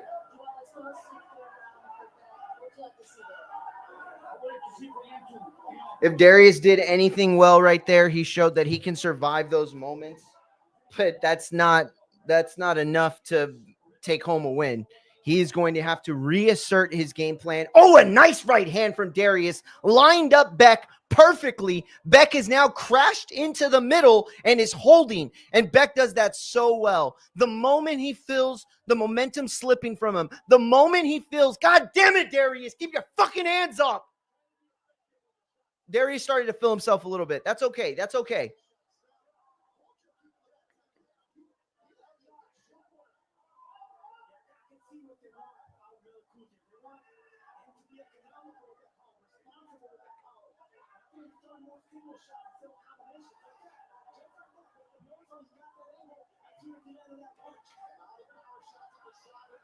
Come on, Darius. Oh, fuck. There you go. Reutilize that jab. That is your key.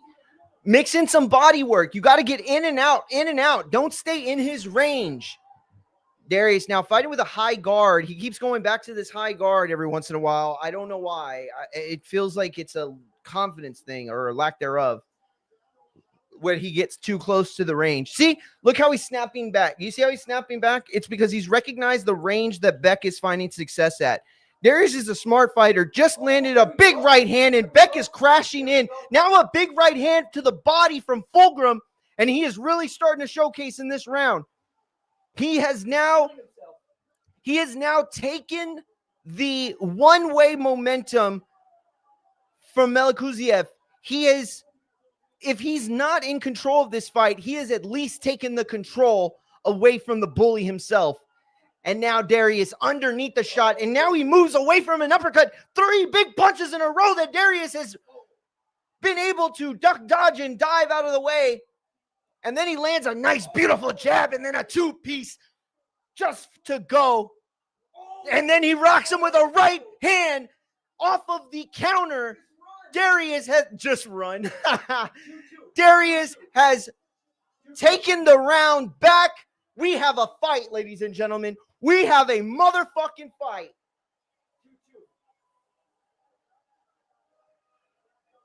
Listen to me. If Fulghum wins, I'm going to spike her.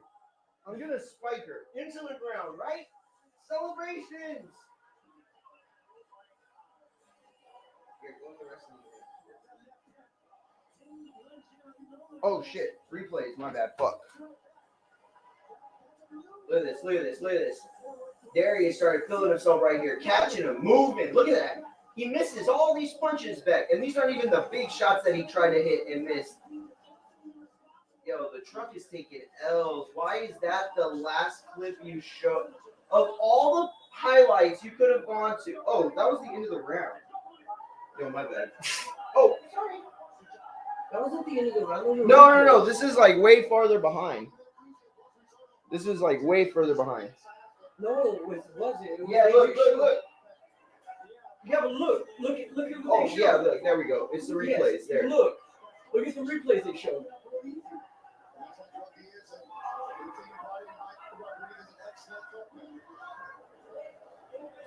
See, why is Darius? That right there was goddamn him right there. Why did he do that? Marlon, she's right behind you. I got you. But why is the fucking? Oh, there we go. Oh.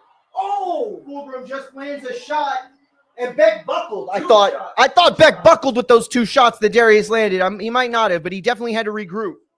Oh, she just went down for the count. What's fucked up is if you tried to put her in her bed, she'll fucking start crying. Oh my God, dude, Darius. He needs to work on defense, bro. Oh, There you go. Darius digging deep, and Beck's leaking from the nose right now. Beck is leaking from the nose, and Darius. Dude, what was that? Yo, Oh. Darius caught him with the right hand and then grazed him with the left off the 2-punch combo. Oh, and Beck went deep with that body shot to Fulghum. Fulghum absorbed it about as well as you can.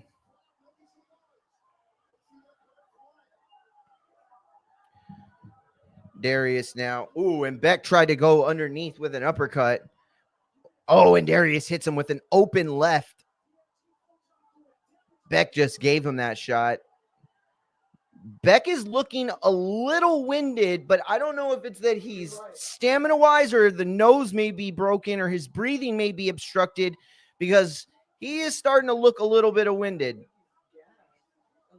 He might be, but it might be the nose.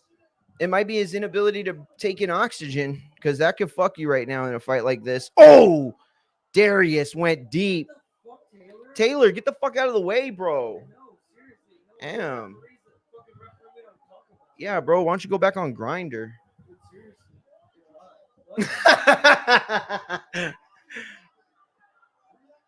Oh, and now the bully just catches a long range left.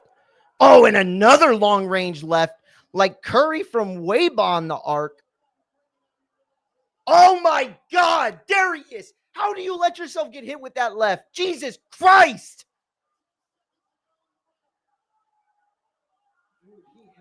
God damn it, Darius. If Darius was winning this round, Beck the Bully has certainly done enough to potentially steal it away on at least one judge's scorecard, sitting at ringside. Son of a bitch. Why? Yo, but real talk, though, if the refs weren't being like, I mean, the judges, are, there's a chance a judge could have had the first 2 rounds for Darius. Beck didn't do shit in those rounds. Beck didn't do shit in the round.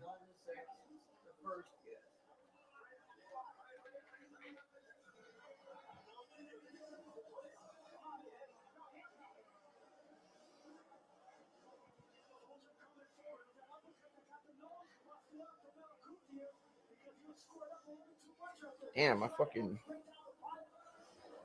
thumb is leaking. Yo, these Manscaped fucking briefs are the worst, bro.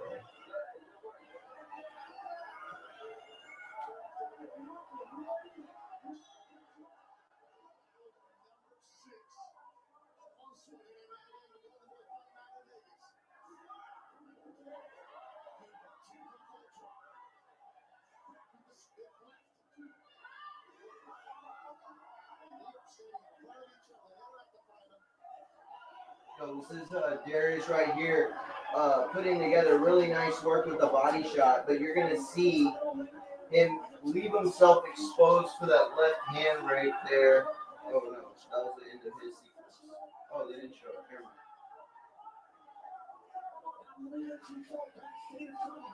Ooh, that was a little behind the head, but that wasn't intentional from Fulghum.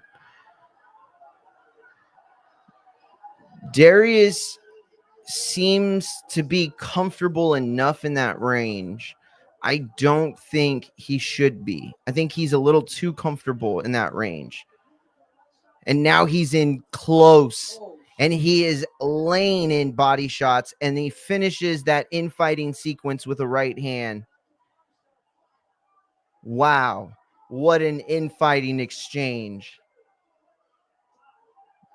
Did you hear it, Ryan? Did you hear me? I said, what an infighting exchange, because of the name of the podcast. It's funny, right? All right, well, fuck off. A minute 40 left in the 6th round, and Taylor remains in the way of the fight. All right, we got Beck the Bully now, and they are basically fucking squared up in front of each other. Oh, and a big left hand from Darius. But Beck catches him on the way out with a left of his own. It was a big sweeping counter left from Darius that landed flush on Beck. And then another big left and now a right. They did a really good job of plugging Beck's leaky nose. But who knows what structural damage has been done and how well he's able to breathe, how well he's able to take in oxygen. Oh, man, he just threw a no-look hook from way below and landed on Darius. I am sorry. If Darius is winning this fight, he is losing the left-hand battle, and he cannot afford to lose it with more than half of the fight left. And now Beck is leaking again. He got hit with something in that inside exchange, and he is leaking blood.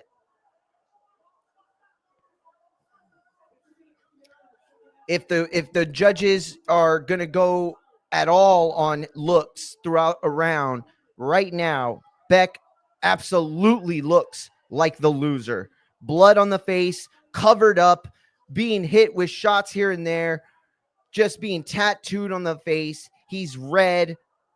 Darius is finishing the round in the stronger position, and Beck thought he heard the bell and tried to go back. He is dead tired, I think.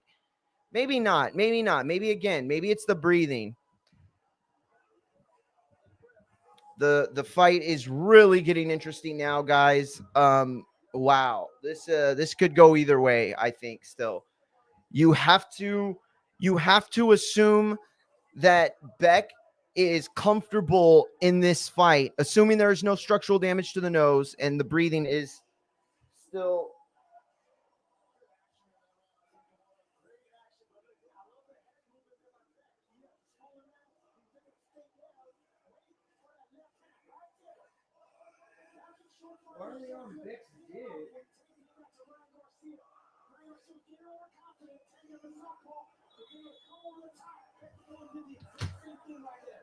Bro, they are, because I think Darius is having better exchange. He's letting his hands go way better, bro.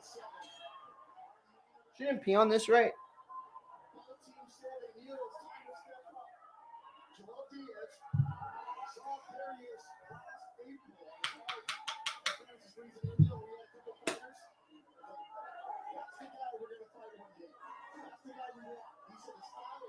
Yo, body shot from Darius.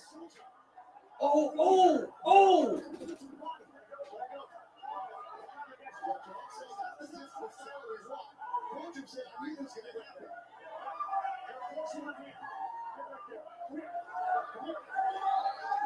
He took a point away from Beck. What the fuck? For what?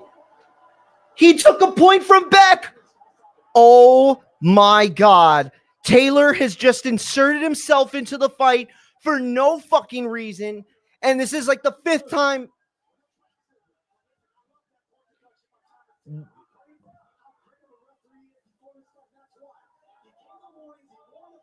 I never saw him warn him, did he? I saw him warn both of them for pulling down. Is that what he gave him the point for pulling down? What did he give him the point for? I don't know.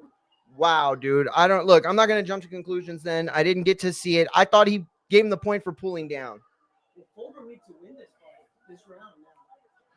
Yeah. If he could take this 10-8, that'd be huge. Yeah, you're absolutely right, bro. Good point. Fulghum needs to dig deep and make sure that this round is won on all 3 judges' scorecards. he can turn this into a 10-8. And Beck knows that. Beck knows that. He's throwing punches back. This is the most active he's been in this round. Oh, but Darius just landed a big right hand. Yo, but Beck is fighting back. Beck took that. He ate it, and he's coming forward. Darius, nice little jab he landed, but then he threw that little slap left. Oh, there we go. There you go, Darius. There you go, kid. There you go, kid. Throw. Throw. Fucking throw. Oh, my God. And Darius just lined himself up for a big left from Beck. 50 seconds left on the clock, and this could be anyone's round still. But now Beck is leaking from the nose. And you got to ask yourself, if you are the judges, how much are you considering this punishment? Darius has not looked rocked for several rounds, and yet Beck is leaking. Now Beck resets out of frustration, and I don't think he likes that range that he's in. He needs to get away to, you see, he's trying to throw himself in, and he's trying to find that range. He wants to be a little more inside because he's outside of his range and he's inside of Beck's, it seems. But you're right. He needs to throw to get in. He hasn't been able to find a way in the last 45 seconds of this round. Very sloppy into this round. Oh, and Beck lands a two-piece to finish it off. Fuck. I don't know, dude. Listen, the commentators are sucking Taylor off, saying what an amazing point deduction. Look, these guys are fighting their hearts out. Is it getting a little physical? Is it getting a little aggressive? Sure, but there's so much on the line. You've got to give these guys a chance. This is like playoff basketball. You cannot be calling fouls when the game is on the line. Okay, we're about to see it right here. So Beck takes a dirty body shot. Oh, he got hurt right there. He got hurt. See how he reacted exactly. And now I don't know what he's doing. What is he doing? He's not holding. Was he? I'm sorry. No, Sergio, you are wrong, Sergio. You do not interfere in this kind of a fight. He was hurt. He was trying to hold on. I'm not saying that we want to see a bunch of holding, but have we seen a bunch of holding? I mean, it's all been strategic. Look, Beck held on in those first few rounds when he got hit, and look what ended up happening. He frustrated Darius enough to leave himself open for a left hand, and he sapped the momentum away. And now Darius has taken 3 shots, 2 lefts and a right, unanswered. Until now, he just landed a big left hand of his own, sweeping left hook, for which Beck answered with a left to the body of his own. I know. We haven't seen a scorecard from the commentators once yet. No AI judge. Oh my God. And Darius just got popped hard. Oh, and he went in for the kill after Beck momentum took him in, and a big left lands on Darius for the fucking 9th time in this fucking fight. Oh my God. Now it's the straight left that's being landed. Not just the loopy one, not just the big hook / uppercut / bolo shot. No, straight lefts are now landing at a rate that is just not comparable at this level. You cannot win getting hit by the same damn shot that much. Now Tio and Oscar look on, and Darius lands a big right. Bro, Taylor, get the fuck out of the way. Why don't you go work on your tan? Now Darius is slipping. He's slipping. He needs to go back to the jab. God damn you, Darius. God damn it, he keeps getting hit with that left every time, bro. Every time. Oh, that was a nasty headbutt, I thought. Was it? Yeah. It looked like a nasty one, but Darius didn't react. Only Beck did. They're going to call a clash of heads right here. See, this is the problem when the other guy doesn't speak English. You don't know to be able to tell him, hey, you got 5 minutes. Like, yeah, you don't want to give it to him, but if he needs it, you know what I mean? If it's accidental, it's accidental. Now Beck is starting to get a little slick with it. Got his hands down. He's moving his head, slipping shots, but both of them look a little tired now. Beck more so, but Darius has refused to let it go in the last couple rounds. That's the biggest problem. He's not moving his head, and he's a sucker for that left. He's putting himself in that position. Look at that. Beck threw a left, and the timing of Darius trying to evade that shot put him in the line of fire. He has done that more times in this fight than I can count, where he put himself in the line of fire for Beck. And now Beck is, I don't know, having a mini stroke or trying to impersonate Mayweather or Roy Jones. I don't know. Oh, my God. Okay, well, I think we're in the ninth.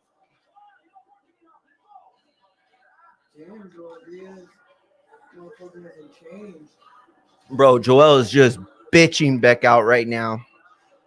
Like, do you want this or not, bro? That's what he's telling him. He said, you want this or not right now? Then get up, because it's time. That's what I miss from like old HBO, right? When they used to just like bitch the fighter out and slap him and shit. Yo, that was crazy. That was crazy work. Well, Ryan, what would you say is the worst bitch out of a trainer to a fighter in the corner you've ever seen?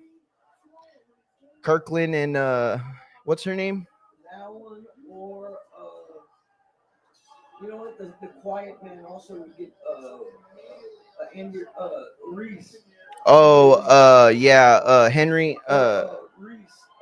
I mean, not Henry. John Reese. John Reese. Yeah.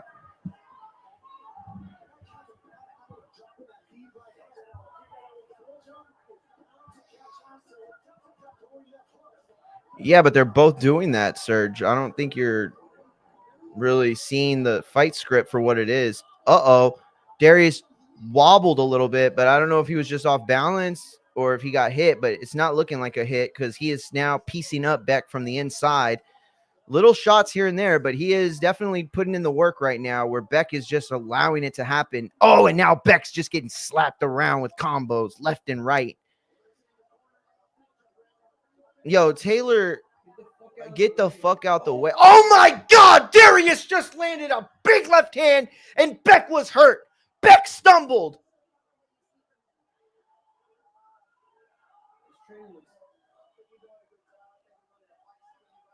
No, you're not in the fight. You're not losing by far, but you're not winning. It's close. I think it's very close, honestly. I don't think you could say you're winning. I don't think there's a. Again, I think it might be a round off, but it's close. It's close. It might be. You're not definitively winning. No way. No way you should feel comfortable heading in the championship rounds. Saying you're winning. Yeah. You can't lose the next 3 rounds. There's no way.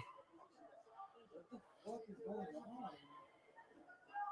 Dude, that Pacquiao undercut's fucking legit. Right. Let me look at it. Yeah, let me see it. I'm sent it to you. Yeah, I remember he sent it. But I just wanted. I mean, I didn't get to see it. Oh, by the way, Abe broke some news earlier, or developing news. Navarrete and Charlie Stars are probably going to rematch, more than likely. The sanctioning body is going to make them. They're waiting on the California State Athletic Commission, who's supposed to make a decision by Monday morning. Ooh, a nice left hand, a nice right hand. Remember, you can go to fightsatw.com. That's fightsaroundtheworld.com to read all of mine and Abe and Ryan and everybody else's work there. Ooh, Joel Gonzalez and Fit. That's a good fight. I like that. And then, what's his name? Pitbull's gonna rematch. The last guy he fought. That was a fucking bomb burner. Oh, yeah.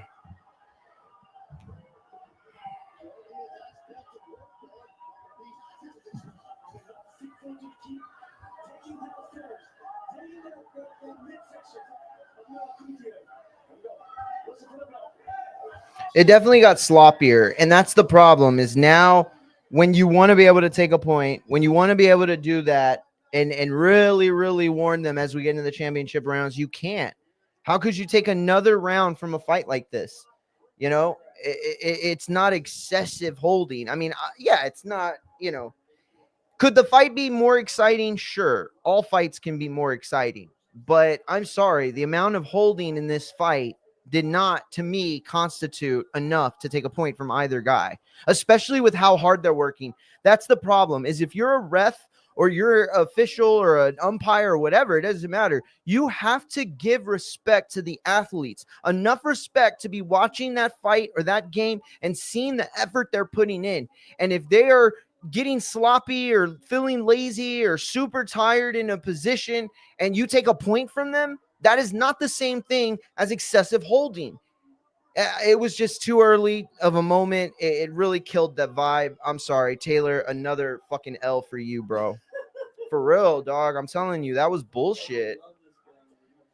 Oh, Beck landed a shot that pushed Fulghum back, but Fulghum comes back, puts his head in the chest of Beck, and unloads about a 4-punch combination. They've reset now, and Beck is just fucking thudding that left hand over to Darius' side. Darius continues to position himself. Live has Darius Fulghum winning 2-1. The live result. Hell yeah, baby. Hell yeah. Let's get it. Let's get it. Texas, stand up, baby. Let's go. They're in front of each other. Yo, see that elbow? That's bullshit right there. Yeah. Now you want to take a point, don't you, Taylor? Go get another fucking supercut haircut, you bitch. Damn, that was my fault. I shouldn't have said that. That was too far. Taylor's a better ref than that. But he do got like an American Psycho haircut. Let's be real.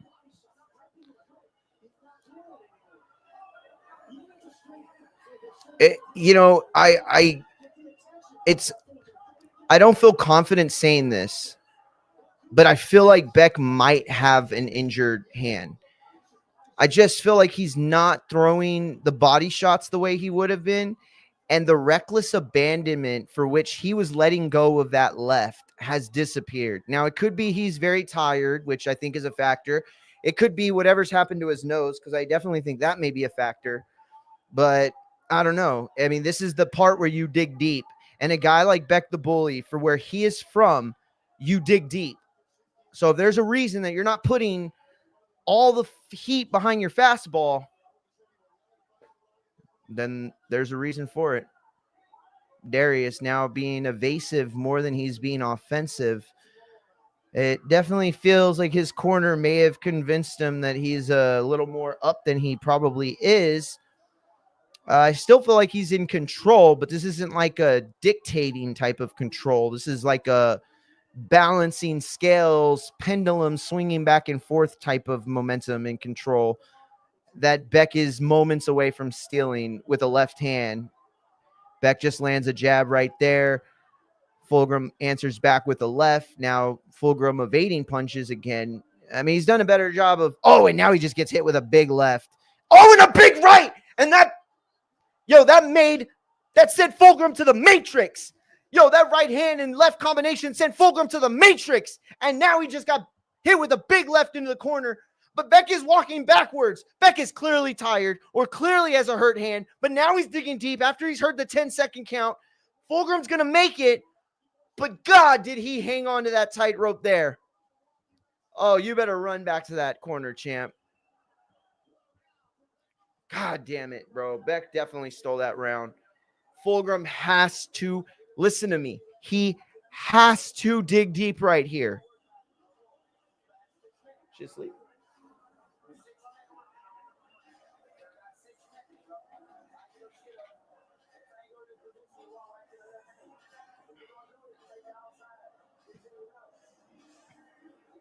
It was like the 4th time tonight that they played that song.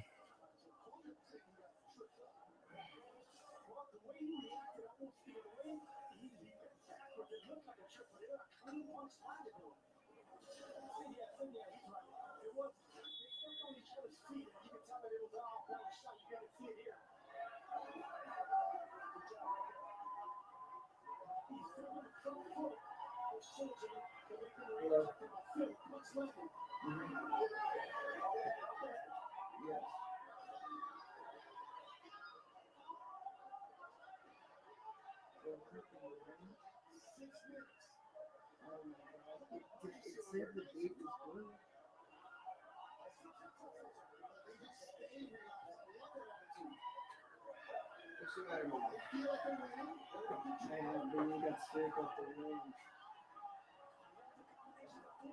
All right. Okay. Oh, and Darius just lands a left from the inside. Oh, and Beck with a big left of his own. And now Beck switches position to put Darius's back against the wall, but gives it up immediately and takes it back to the center. This is where Beck wants to fight. Right in the middle of the ring.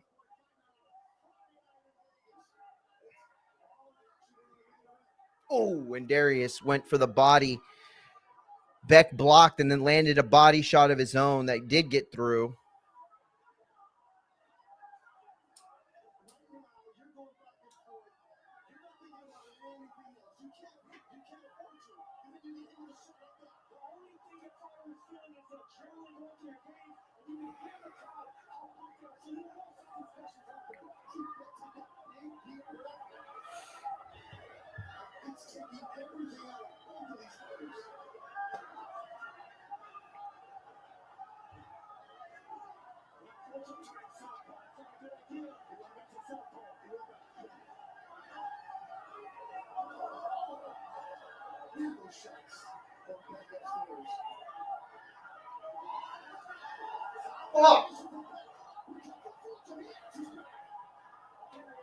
Beck just landed a beautiful combination on the inside. Darius answered back, but Beck got the best of it. And now Beck with another double combination. Beck loses balance as he's falling backwards. Darius, oh man, he's got a deer in the headlights kind of look. And now Beck takes a wild left that Darius ducks underneath, and Beck's momentum sends him to the floor. Clearly not a knockdown, clearly fell, but that's a combination of exhaustion, lack of balance, momentum, everything. Beck is dead tired. Darius has to put whatever he has in the tank and slam the gas.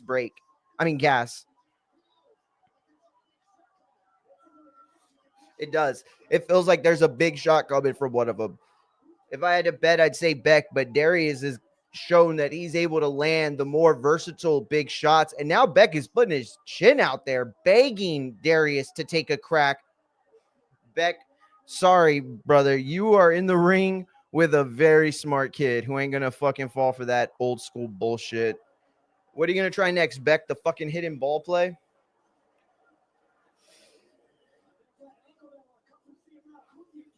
I swear to God, whoever wins the round, Dazn shows the best replays for the other guy. No, you're right. Or at least it happens way more than it should. Okay, let's see. Pacquiao undercard. Let's see. Who is it? Brandon Figueroa, Joet Gonzalez is a barn burner. Isaac Cruz and Angel Fierro. Yeah, with Fierro. Is how you say it, right? That's going to be a great fight. Who else? Oh, Xander Zayas and Perez. That was the fight that.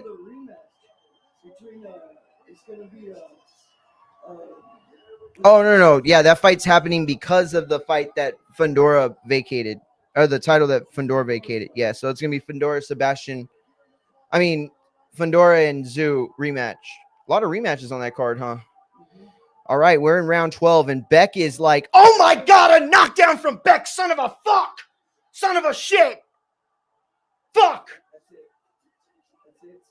Beck came out with wrecking ball on his mind, and Darius was sitting there for the shot, and he got caught. He's not hurt. It looked more like a flash knockdown. In fact, it looks like it almost woke Darius up. His legs are back to where they were, but Beck is feeling all sorts of confidence.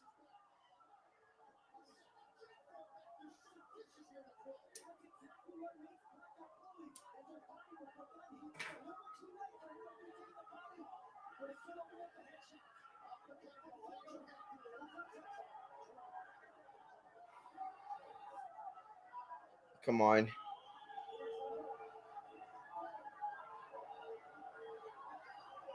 God damn it, Mario.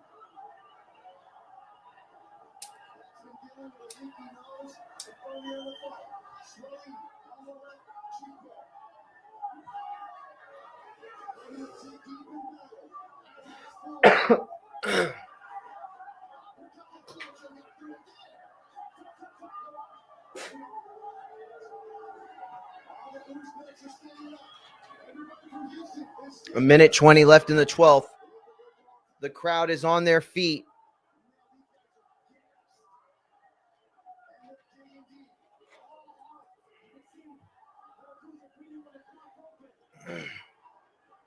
Darius. Beck is running on fumes. A minute left in the fight. Darius blocks a left hand from Beck. He's throwing the same shot over and over. It's the only energy he has left. Now Fulghum trying to come in. Oh, and Beck catches Fulghum with a left hand. Fulghum has 30 seconds to do something. A big left hand catches Beck on the way in, but not enough. Not enough. Beck loads up and gets cut off in traffic as Darius lands his own right coming in. Now Beck shoots a long-range jab followed by with a left behind it. And he's trying to take that same angle Beck is, but he missed it. Now Darius underneath. They're wrapped up again. They got like 5 seconds left. This is going to end without any other fireworks. Oh, big right hand at least from Darius to close out the round. Oh, man. Well, we're about to find out. They're both raising their arms.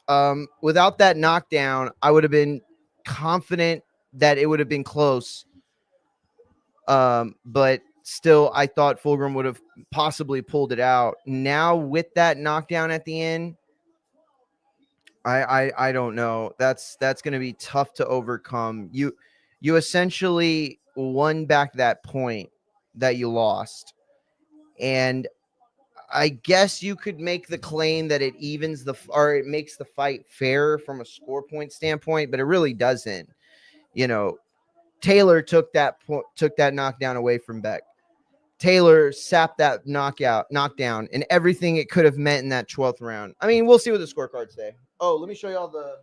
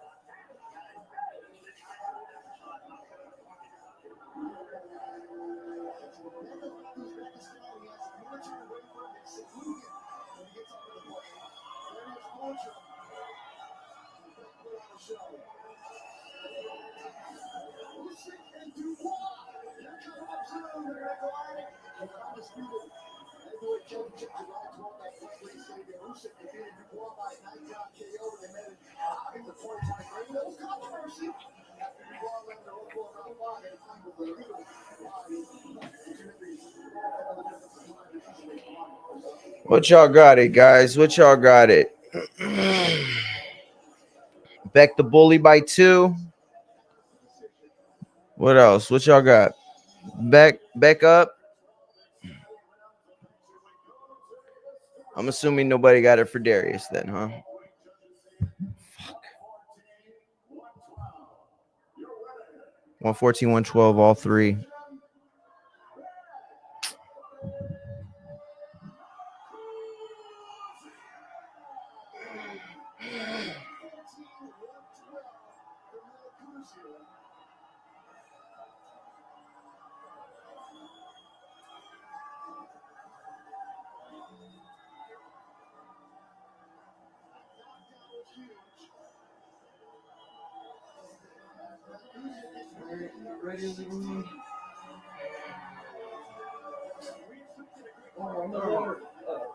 Be right here while I go put her shit up.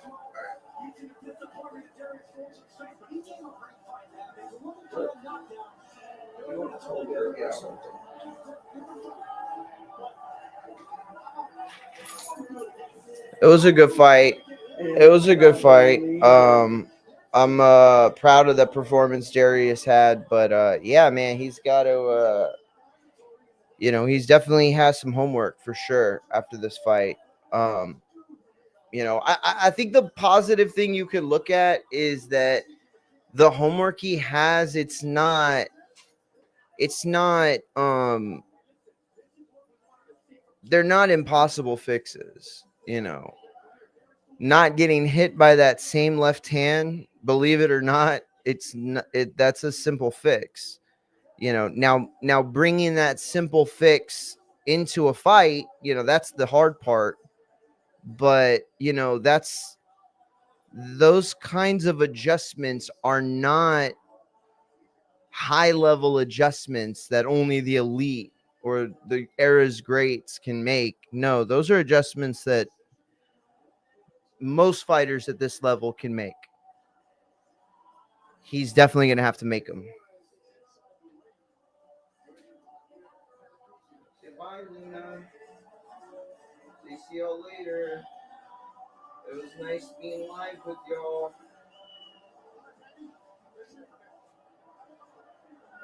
Congratulations, a lot of emotions after this war and show that you put on here in Las Vegas. What does this victory mean?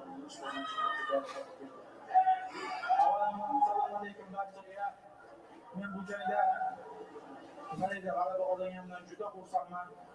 Bu jang albatta men uchun juda ham важный jang edi. Chempionlik jangiga tayyorgarlik albatta menga shunday imkoniyat bergani uchun Golden Boyga Oskar Erik, спасибо всем микбоксер, Vadim, Alex, coaches, Roberto, everybody hammasiga rahmat aytaman. Inshaalloh bundan keyin ham nima deydi, chiroyli chempion bo'lishga va'da beraman. Davr tushishga ham albatta o'z minnatdorchiligimni bildiraman. Xudo xohlasa hammaga rahmat va'da qilganlarga. Abdushuk. It was a very, very important fight, very tough fight also. I want to thank everyone. I want to thank Golden Boy. I want to thank Eric Gomez. I want to thank Oscar De La Hoya, all my team, World of Boxing, my management, my coaches. It was a really tough fight. We had to deal with some issues, but I want to thank Darius. He's a great fighter. It was a hell of a fight, and this is a very important fight because the World Championship is on the line for both of us as an opportunity, so we come to fight here like the last time. That dealing with some swelling underneath your eye, and then of course your nose was bleeding, but you also had a point detection. To be able to come back from that and maintain your focus, how were you able to do that? Albatta kallasi tegdi nimaga bu nima hozir aytaman nima deydi подготовка jarayonida juda ham qattiq travma olgandim. To'g'risi shu travma bilan jangga chiqdim va nima deydi endi kutilmagan vaziyat udor bo'lgani ham olib ketdi, lekin o'ylaymanki yaxshi jang bo'ldi. Men uchun juda ham kerakli jang edi. Barchaga rahmat. Spasibo большое. It was a very tough fight, physical fight. We bumped heads multiple times. I was worried about it the most because during camp I had a broken nose and I had to pull out for 3 weeks without sparring because of the nose, and that was our main scare into the fight, not to hurt that nose again. And guess what? In the 4th round it happened, and I had to deal with it through the whole fight. But yeah, that's what it is. You've been at this point before, didn't get the victory, to finally get the win and to now have the chance to compete for a world title. To do this with your trainer, I saw you guys share an emotional moment at the end, just your guys' partnership and everything you've had to overcome in this moment. How amazing is this for you? Albatta nima deydi bu yerda juda ham ko'p nimaga vaksirovat etadi Las Vegas. Xudo xohlasa nima deydi Hozirman chempion Siboyga kim bo'lishini qat'iy nazar 168 I'm very much. So yeah, it was it was a long life journey. I'm here. I've been in the boxing for 20 something years, and it's been a long journey. And everything for me, like for any other fighter, is for the goal of becoming a world champion. And I want that opportunity. I've been working all my life towards it, and now I'm here sharing ring in a great fight in the Las Vegas main event. And what could be better? But the goal remains the same: the world championship, the opportunity to become a world champion. Congratulations. Thank you so much. I'm gonna get together to good somehow later. I don't know what nobody over here is saying, bro. I want to thank everyone who's been with me for all this time, my team, my promoters, Oscar, Eric, Andre Rubinski, Dean Cornilla. I want to say thank you to Roberto Diaz, who believed in me once and got me into the Golden Boy. I'm very grateful to everyone, and inshallah, we're moving on to the World Championship. Thank you guys so much.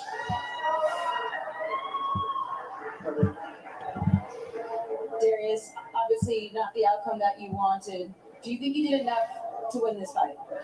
Yeah, I kind of did, to be honest. I got a little too complacent, too comfortable early on. I thought I was going to start breaking down, but I mean, it shot up to experience, you know. I started boxing when I was like 19 years old. Still kind of early in the game. It's hard to learn the lesson that you learn in the sport. You have so many fans here. How much did they push you when they were chanting to Dave G? I don't think people understand how much it means, you know. When I come out here, I see all my people come in to support me, man, and bring tears to my eyes. And, you know, I'm sorry I wasn't able to get the job done for them. What was going through your mind in the final round when you did get dropped, and then you have to get up once again and finish the fight? I think I was just frustrated, you know. It's got, you know, caught being lazy in the moment. And That's exactly what it was. Caught being lazy in the moment, but he knows it, bro. He knows it. First setback in your career. How do you move past this? How do you grow?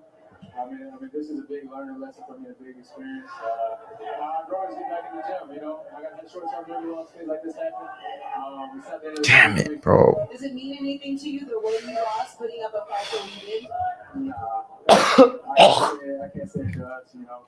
I came here to win, so I'm upset that I didn't get the job done, but it is what it is. What's the matter? Thank you. Thank you, appreciate it. Back to you guys. Very humble, Darius Fulghum. What is seeing him? What?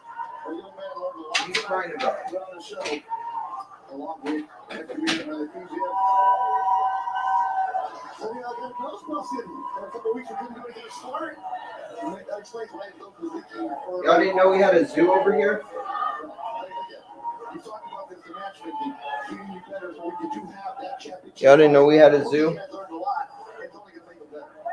Listen, man, when you see Fulghum-Melikuziev get knocked out brutally by Gabriel Dazn, we thought that was going to derail his career. He came back, and he's right back on title contention. Darius Fulghum wasn't knocked out. It was a great fight, entertaining all the way to the end. That knockout probably changed the decision, but either way, this is what he's going to learn from. Now it's up to his character. How is he going to bounce back from this loss?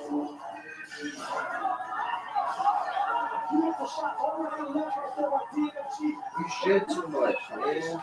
Melikuziev is going for back his elbow, back his chest, and not going to set up the knockout. Now he gets the ball against the ropes. That opens up something else for him and him. In and outside from a loose back. Yo, I want to thank everybody that tapped in with me tonight. Super appreciative of all of y'all who rocked out. I can't see the subscriptions from here, but I know that we got a few because I got the notifications. So appreciate to everybody that tapped in and subbed and everything. Remember, we go live Monday through Thursday on Everything Combat Sports. Monday we have a special show. Andrew, writer from Fights ATW and a bunch of other places. Super smart guy. Can't wait to have him on. Super excited about that convo. Also, you know, Darius will definitely still be on. I know he will be. He fought like a champ, and he'll come and he'll talk about it because that's the kind of man he is. Respect, nothing but it for him. And yeah, also Shay Metcalf next week sometime. Hopefully her publicist hit me back with a date. Let me see, maybe let me see what else. So just going back over it, Beck the Bully defeats Darius Fulghum by unanimous decision. Eric Priest was picked up a unanimous decision in a middleweight contest versus Luis Arias. Joshua Edwards by KO.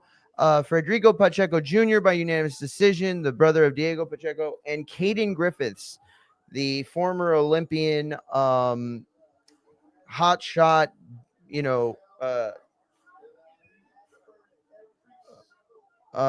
blue chip prospect, was also successful by KO tonight.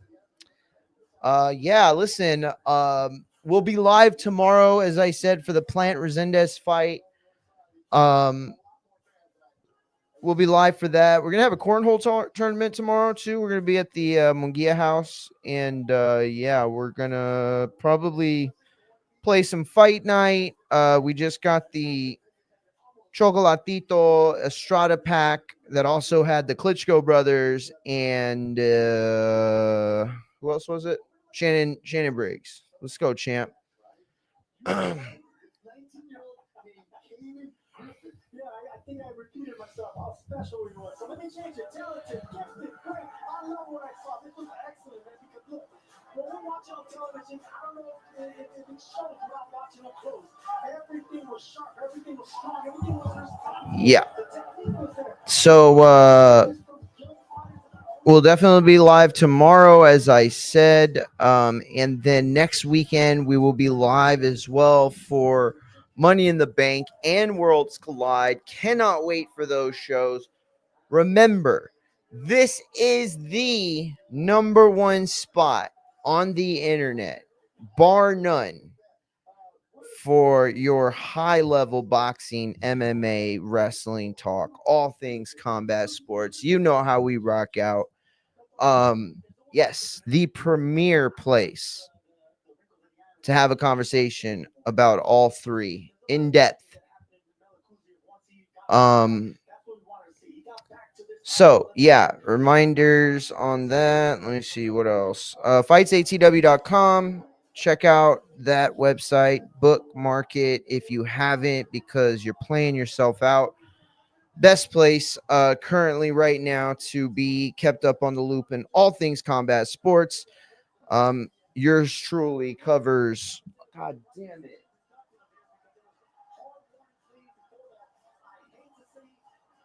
Yours truly covers the SmackDown and Raw recaps, as well as all pay-per-view and PLEs, AEW, and WWE. That said, I did not cover SmackDown tonight. Obviously, it was a big fight, and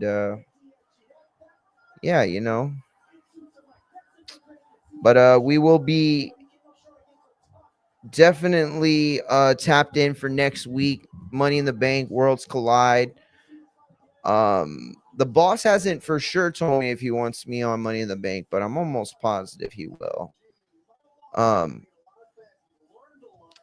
that said, everybody, please, the new channel is Infighting Exchange. That's Infighting FX on YouTube, TikTok, Twitch, IG, Facebook. I don't care where you want to watch the show. It don't matter to me. I check every single chat, but it really helps when you go to the YouTube and hit the sub. I'll be honest. I have not yet shut down the other YouTube channel, but I am. So even though I'm streaming from both, there will come a swift into the other one because it's like on a thread. I think it has 2 strikes. So,